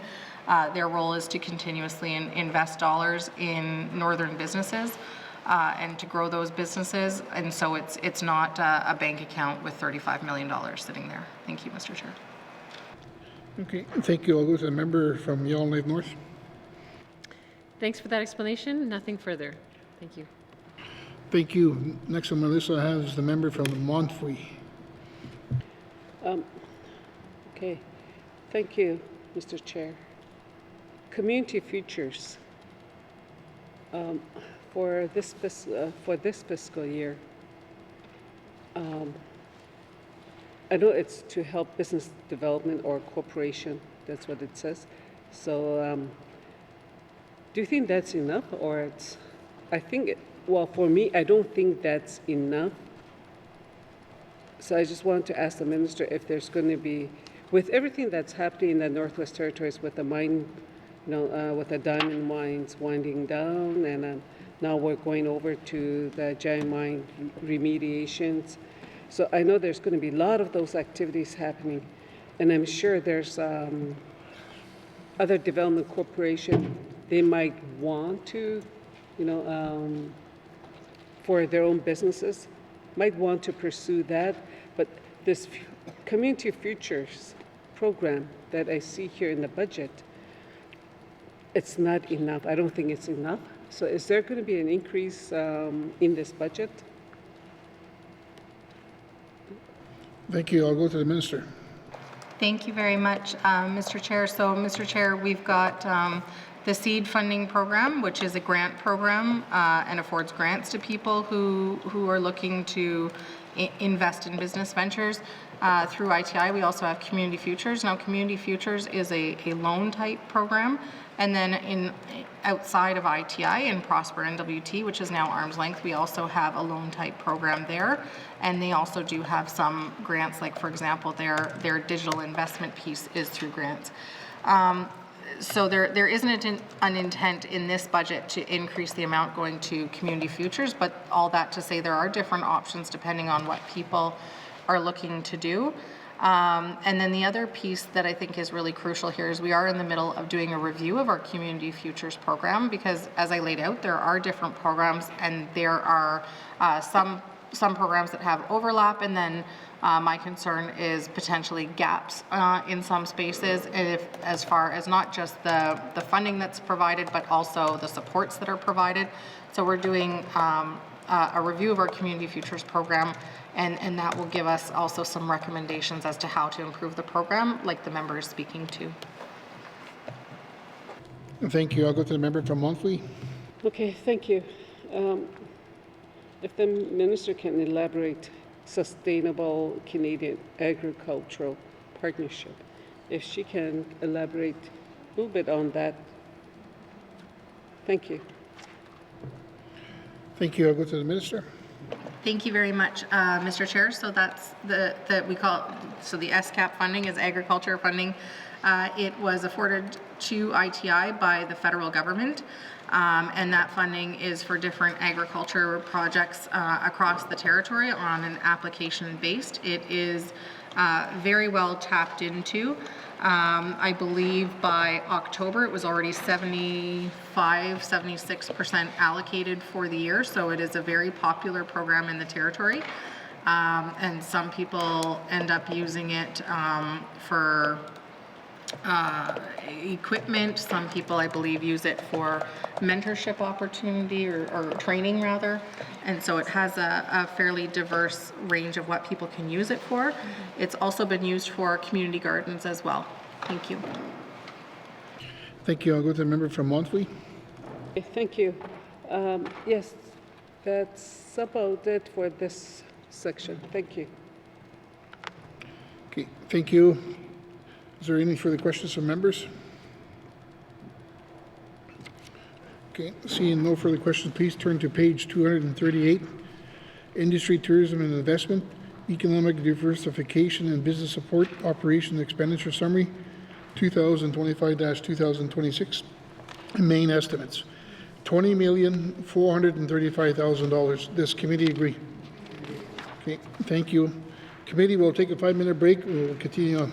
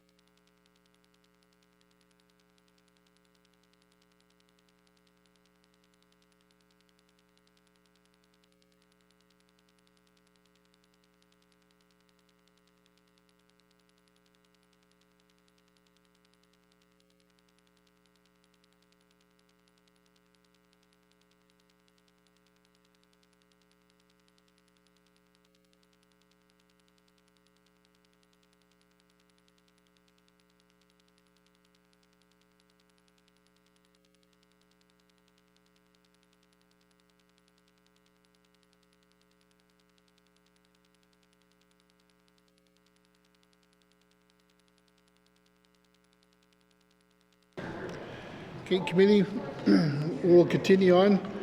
Please grab your seats.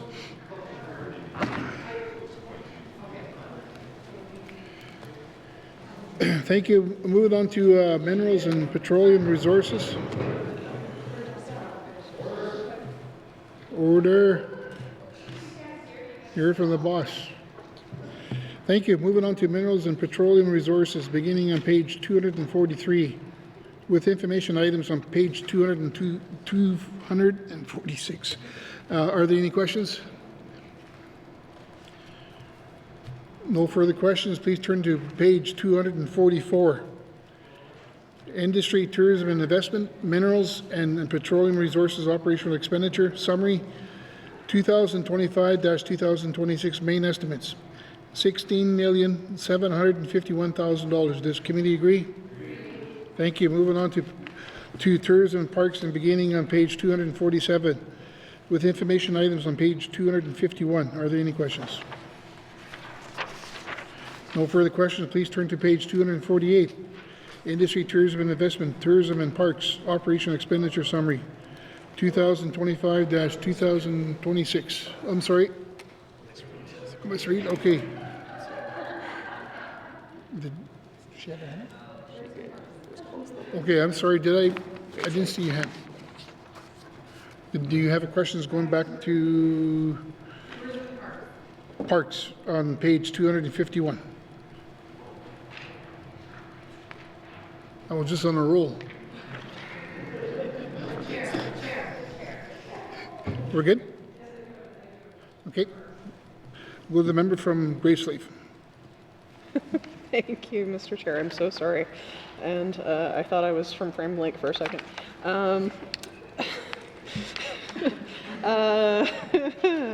Anyway, I know at some point in the business plan, I'm sorry I do not have the page in front of me, that under the tourism and parks activity, we speak about public safety and the fact that there are a high number of incidents here. Thank you to myself for finding it. 131 incidents have been reported in parks in the NWT since April 2024. So I'd say probably about an 8-month period before these business plans updates were printed. That is an increase of 76 incidents from 2023. Can the minister speak a little bit to the root causes of why we're having so many issues with public safety in parks? Thank you, Mr. Chair. Thank you. I'll go to the minister. Thank you very much, Mr. Chair. So, Mr. Chair, we had a number of communities evacuated, and our parks ended up being used as evacuation spots, and ended up seeing a significant increase in incidents in our parks in the territory. Thank you. Thank you. I'll go to the member from Graceleaf. Thank you, Mr. Chair. So it sounds then that this particular measure and target might resolve itself if all deities willing, we don't have any evacuations this year. So is there any kind of plan here? What kind of approach is the department taking? Thank you. Thank you. I'll go to the minister. Thank you very much, Mr. Chair. So what was done was we worked with communities to hire security for the parks in order to further support park users that were there because of evacuation. So we will continue working with MACA and with Indigenous governments should the need arise. Thank you. Okay. Thank you. I'll go to the member from Graceleaf. Thank you, Mr. Chair. And just generally speaking, in the Yellowknife area, there are lots of folks throughout all of the Yellowknife ridings who use Fred Hinney, use parks along the Ingram Trail. Is there a notable increase of incidents outside of evacuation? Thank you, Mr. Chair. Oh, thank you. I'll go to the minister. No, Mr. Chair. Okay, thank you. I'll go to the member from Great Slave. Thank you, Mr. Chair. That's really good to hear, and I appreciate that. I just know that when I was young and when the minister was young, I'm sure we both did quite a bunch of partying at the wonderful territorial parks. So, even though she might not want me to talk about that, but you know, making sure everybody is safe and enjoying those spaces is really important to me and our residents. So, thanks for that. I'll leave it there. Thank you. Any other members that have questions? Oh, member from the Decho. On parks, thank you, Mr. Chair. How is the department better promoting its parks for residents outside of the Northwest Territories? Thank you. Thank you. I'll go to the minister. Thank you very much, Mr. Chair. We have an excellent relationship with Tourism NWT, who does wonderful work. We also have and I should toot their horn a little bit. They've done a tremendous amount of work promoting even on things like Good Morning America. And as soon as they have done that work, we've seen access to our tourism operators shoot through the roof. And some of those people, of course, are using our parks. We also have a tremendous amount of marketing on social media. We also have information in visitor centers in other jurisdictions.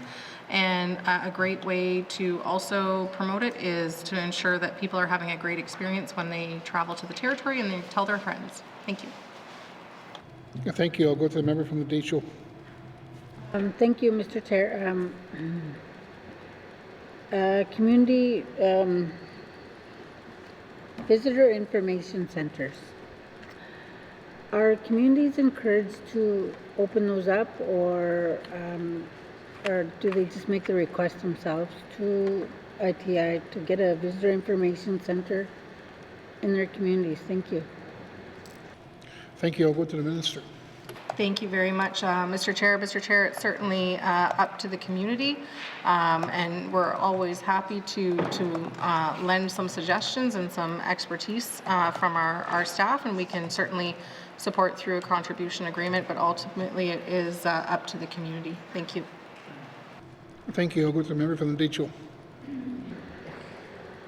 So it's up to the community. Is that through the Hamlet office or the IG, or who makes the request from the at the community level? Thank you. Thank you, Minister.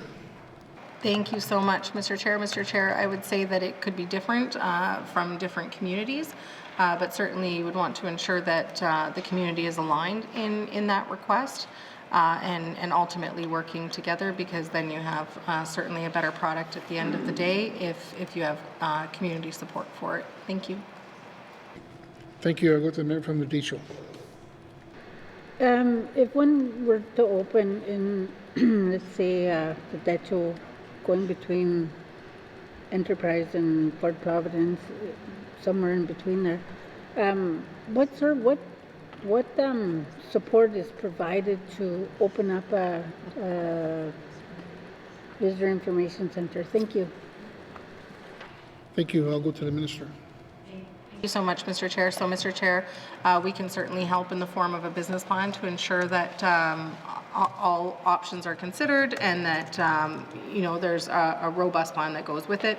I know that in the members area there is incredible areas to go and visit. There's incredible artists. I know when I am in the region and I get to see some earrings and stuff, I always wish I could buy them all, and so I think something like that would be incredibly successful. And so I would certainly say that having a conversation with the regional office, and there can be conversations about stacking funding, say with Canmore, and certainly the region has the traffic along the road, so I think there's some great opportunities for some business ventures over there. Thank you. Thank you. I'll go to the member from the Decho. Thank you, Mr. Chair. That's it for me. I just wanted to make sure that if we could get one maybe around Big Rivers or somewhere along the way where local artisans too can display their stuff and people can get information about the good things that are happening at that show. Thank you. Okay, thank you. Is there any further questions from members on this one? Seeing none, no further questions. Please turn to page 248, Industry, Tourism and Investment, Tourism and Parks Operational Expenditure Summary, 2025-2026 main estimates, $18,575,000. Does the committee agree? Thank you. There are additional information items on page 252 to 256. Are there any questions? Seeing none, thank you, members. Please return to the department summary found on page 229 and revenue summary information items on page 230. Are there any questions? Yellowknife North, member. Thank you, Mr. Chair. You have to be really quick. Okay, so I see in the revenue summary under minerals, oil, and gas royalties, last year we ended up getting 1.6 million, and this coming year we're expecting 1.7 million. But then I look at how much we're spending under minerals and petroleum resources on diamonds, royalties, and financial analysis, and that's 4.3 million. I do understand from ITI's previous information that we have a diamond valuator contract to valuate the diamonds that has been increasing this year, and we're up to $2.7 million just for the valuator contract this year. Can the minister explain how it makes financial sense to spend $2.7 million to evaluate diamonds that we're only getting $1.7 million on royalties from? Thank you, Mr. Chair. Thank you. I'll go to the minister. Thank you very much, Mr. Chair. Well, first of all, I would have to say that I'm legislatively required to have diamonds valuated in the territory. And the perks of diamonds, or the revenue from diamonds, is certainly greater than what is seen here under the revenue summary. So for, example, we have hundreds, we've got thousands of Northerners working at our diamond mines, and Diavik alone, for example, is 1,200. And in addition to the people that are working at the mine and the benefits of that, or working for the mine, there's also all of the contract opportunities that exist as well. The way that our royalty system works in the territory is it is a revenue-based royalty system, which means that if mines are investing in the territory, that is deducted from their royalties, so that they're able to apply that to the royalties that they're paying to the Northwest Territories. Diamond markets right now are certainly not where we'd like to see them be. They continue to go down, they continue to struggle, and that is for geopolitical reasons around the world. We're not the only jurisdiction that is struggling as far as diamond mining, but ultimately I am legislated to ensure that our diamonds are valuated, and that is something that is done consistently through all of our diamond mines. Okay, thank you. I'm with the member from Yellowknife North. Thank you, Mr. Chair. I do certainly understand that there are many other kinds of benefits that come from diamond mines besides royalties themselves. I wonder if, the contrast in the numbers is quite stark, though, in terms of the amount of money required apparently to, verify or evaluate something versus the royalties coming from that product. Are there any ways that the minister has explored to try to find cost efficiencies or savings? Is there a, less fancy version of diamond valuation?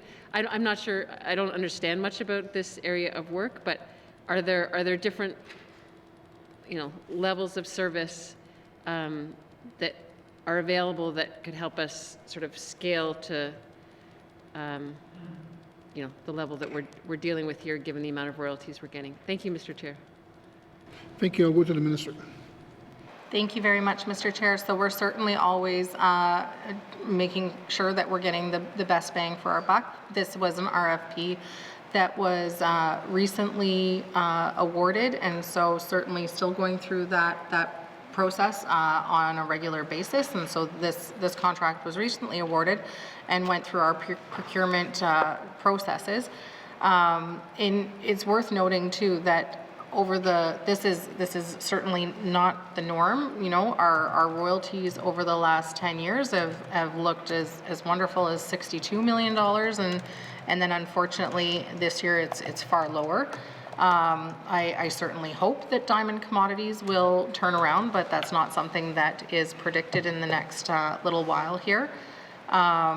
But we certainly are constantly looking forward to making sure that we are getting the best bang for our buck, and ultimately, I've lost my train of thought there. Yes, the answer to the member's question is yes. We are always looking to get the biggest bang for our buck. Thank you. Okay, thank you. I'll go to the member from Yellowknife North. Thank you, Mr. Chair. I guess my final question on that is there much competition in this sector of diamond valuators? Do we have, various firms that are bidding on this kind of a contract, or are we kind of stuck with just one option in this case? Thank you, Mr. Chair. Thank you. I'll go to the minister. Thank you very much, Mr. Chair. Mr. Chair, it's a very specialized expertise. These are people who, look at they're very skilled at their work. They travel far and wide to come to the north to do this work. And so certainly when we put out RFPs, we're looking at multiple companies. Unfortunately, like many businesses, our costs do keep going up. We have had requests from diamond mines to increase their valuations, and what that ends up doing is increasing ultimately their paydays in order to make sure that they continue working on their cash flow at a difficult time for diamond mines. And what we've said to them in this case is that we will certainly ensure that we are making the process available, but we as a government won't absorb the costs of that. And it's one where, even though this is difficult because this is the year that we're looking at, it's really important that we don't look at this cost in isolation, because it's largely the same cost with some forced growth year over year over year. The industry has kind of a set range of where they fall in this kind of cost market and what this role demands as far as like what funding it calls for. But it's really important that we consider the revenues over the lifespan when that contract is over the lifespan as well. And unfortunately, with commodities like this, there are amazing years, there are not so great years, and we're in a not so great year. Thank you. Okay, thank you. All right, I'm going to go to the next member. This is the member from Graceleaf. It's you.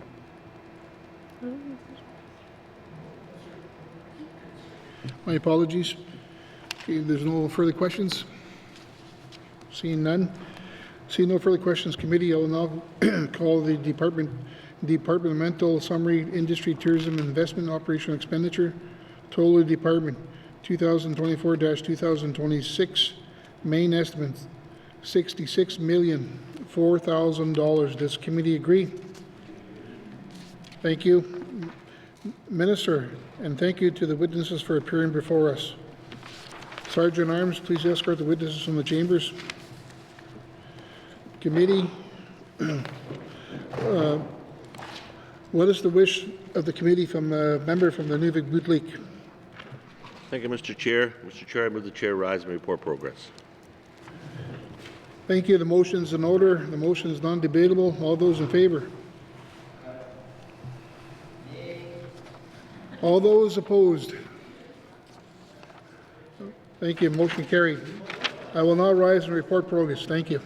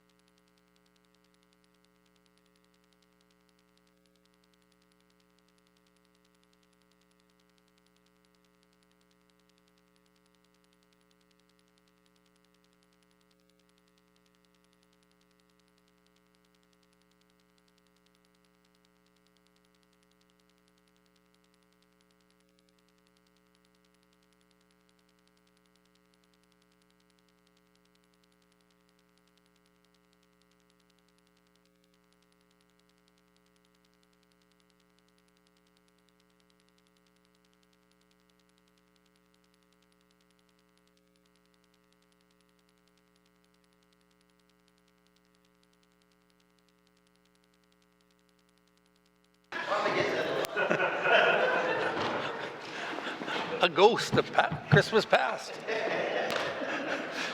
Member from Tune-a-Day-Willity.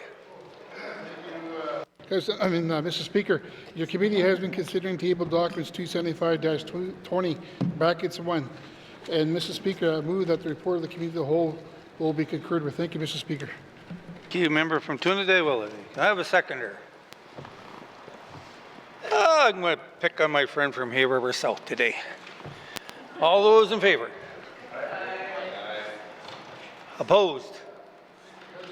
Abstentions? None. Motion carried.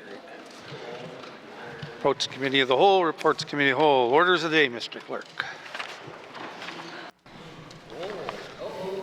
Thank you, Mr. Speaker. The Standing Committee on Accountability and Oversight will meet at Rise of House. Orders of the day for Tuesday, March 11th, 2025 at 1:30 p.m. Prayer or reflection, minister statements, member statements, recognition of visitors in the gallery, reports of committee on the review of bills, reports of standing and special committees, returns to oral questions, oral question 530-20 bracket 1, oral question 607-20 bracket 1, acknowledgements, oral questions, written questions, return to written questions, written question 14-20 bracket 1, replies to commissioner's address, petitions, tabling of documents, notices of motion, motions, notices of motions for first reading of bills, first reading of bills, Bill 22, second reading of bills, consideration in committee of the whole of bills and other matters, table document 275-20 bracket 1, report of committee of the whole, third reading of bills, orders of the day. Thank you, Mr. Speaker.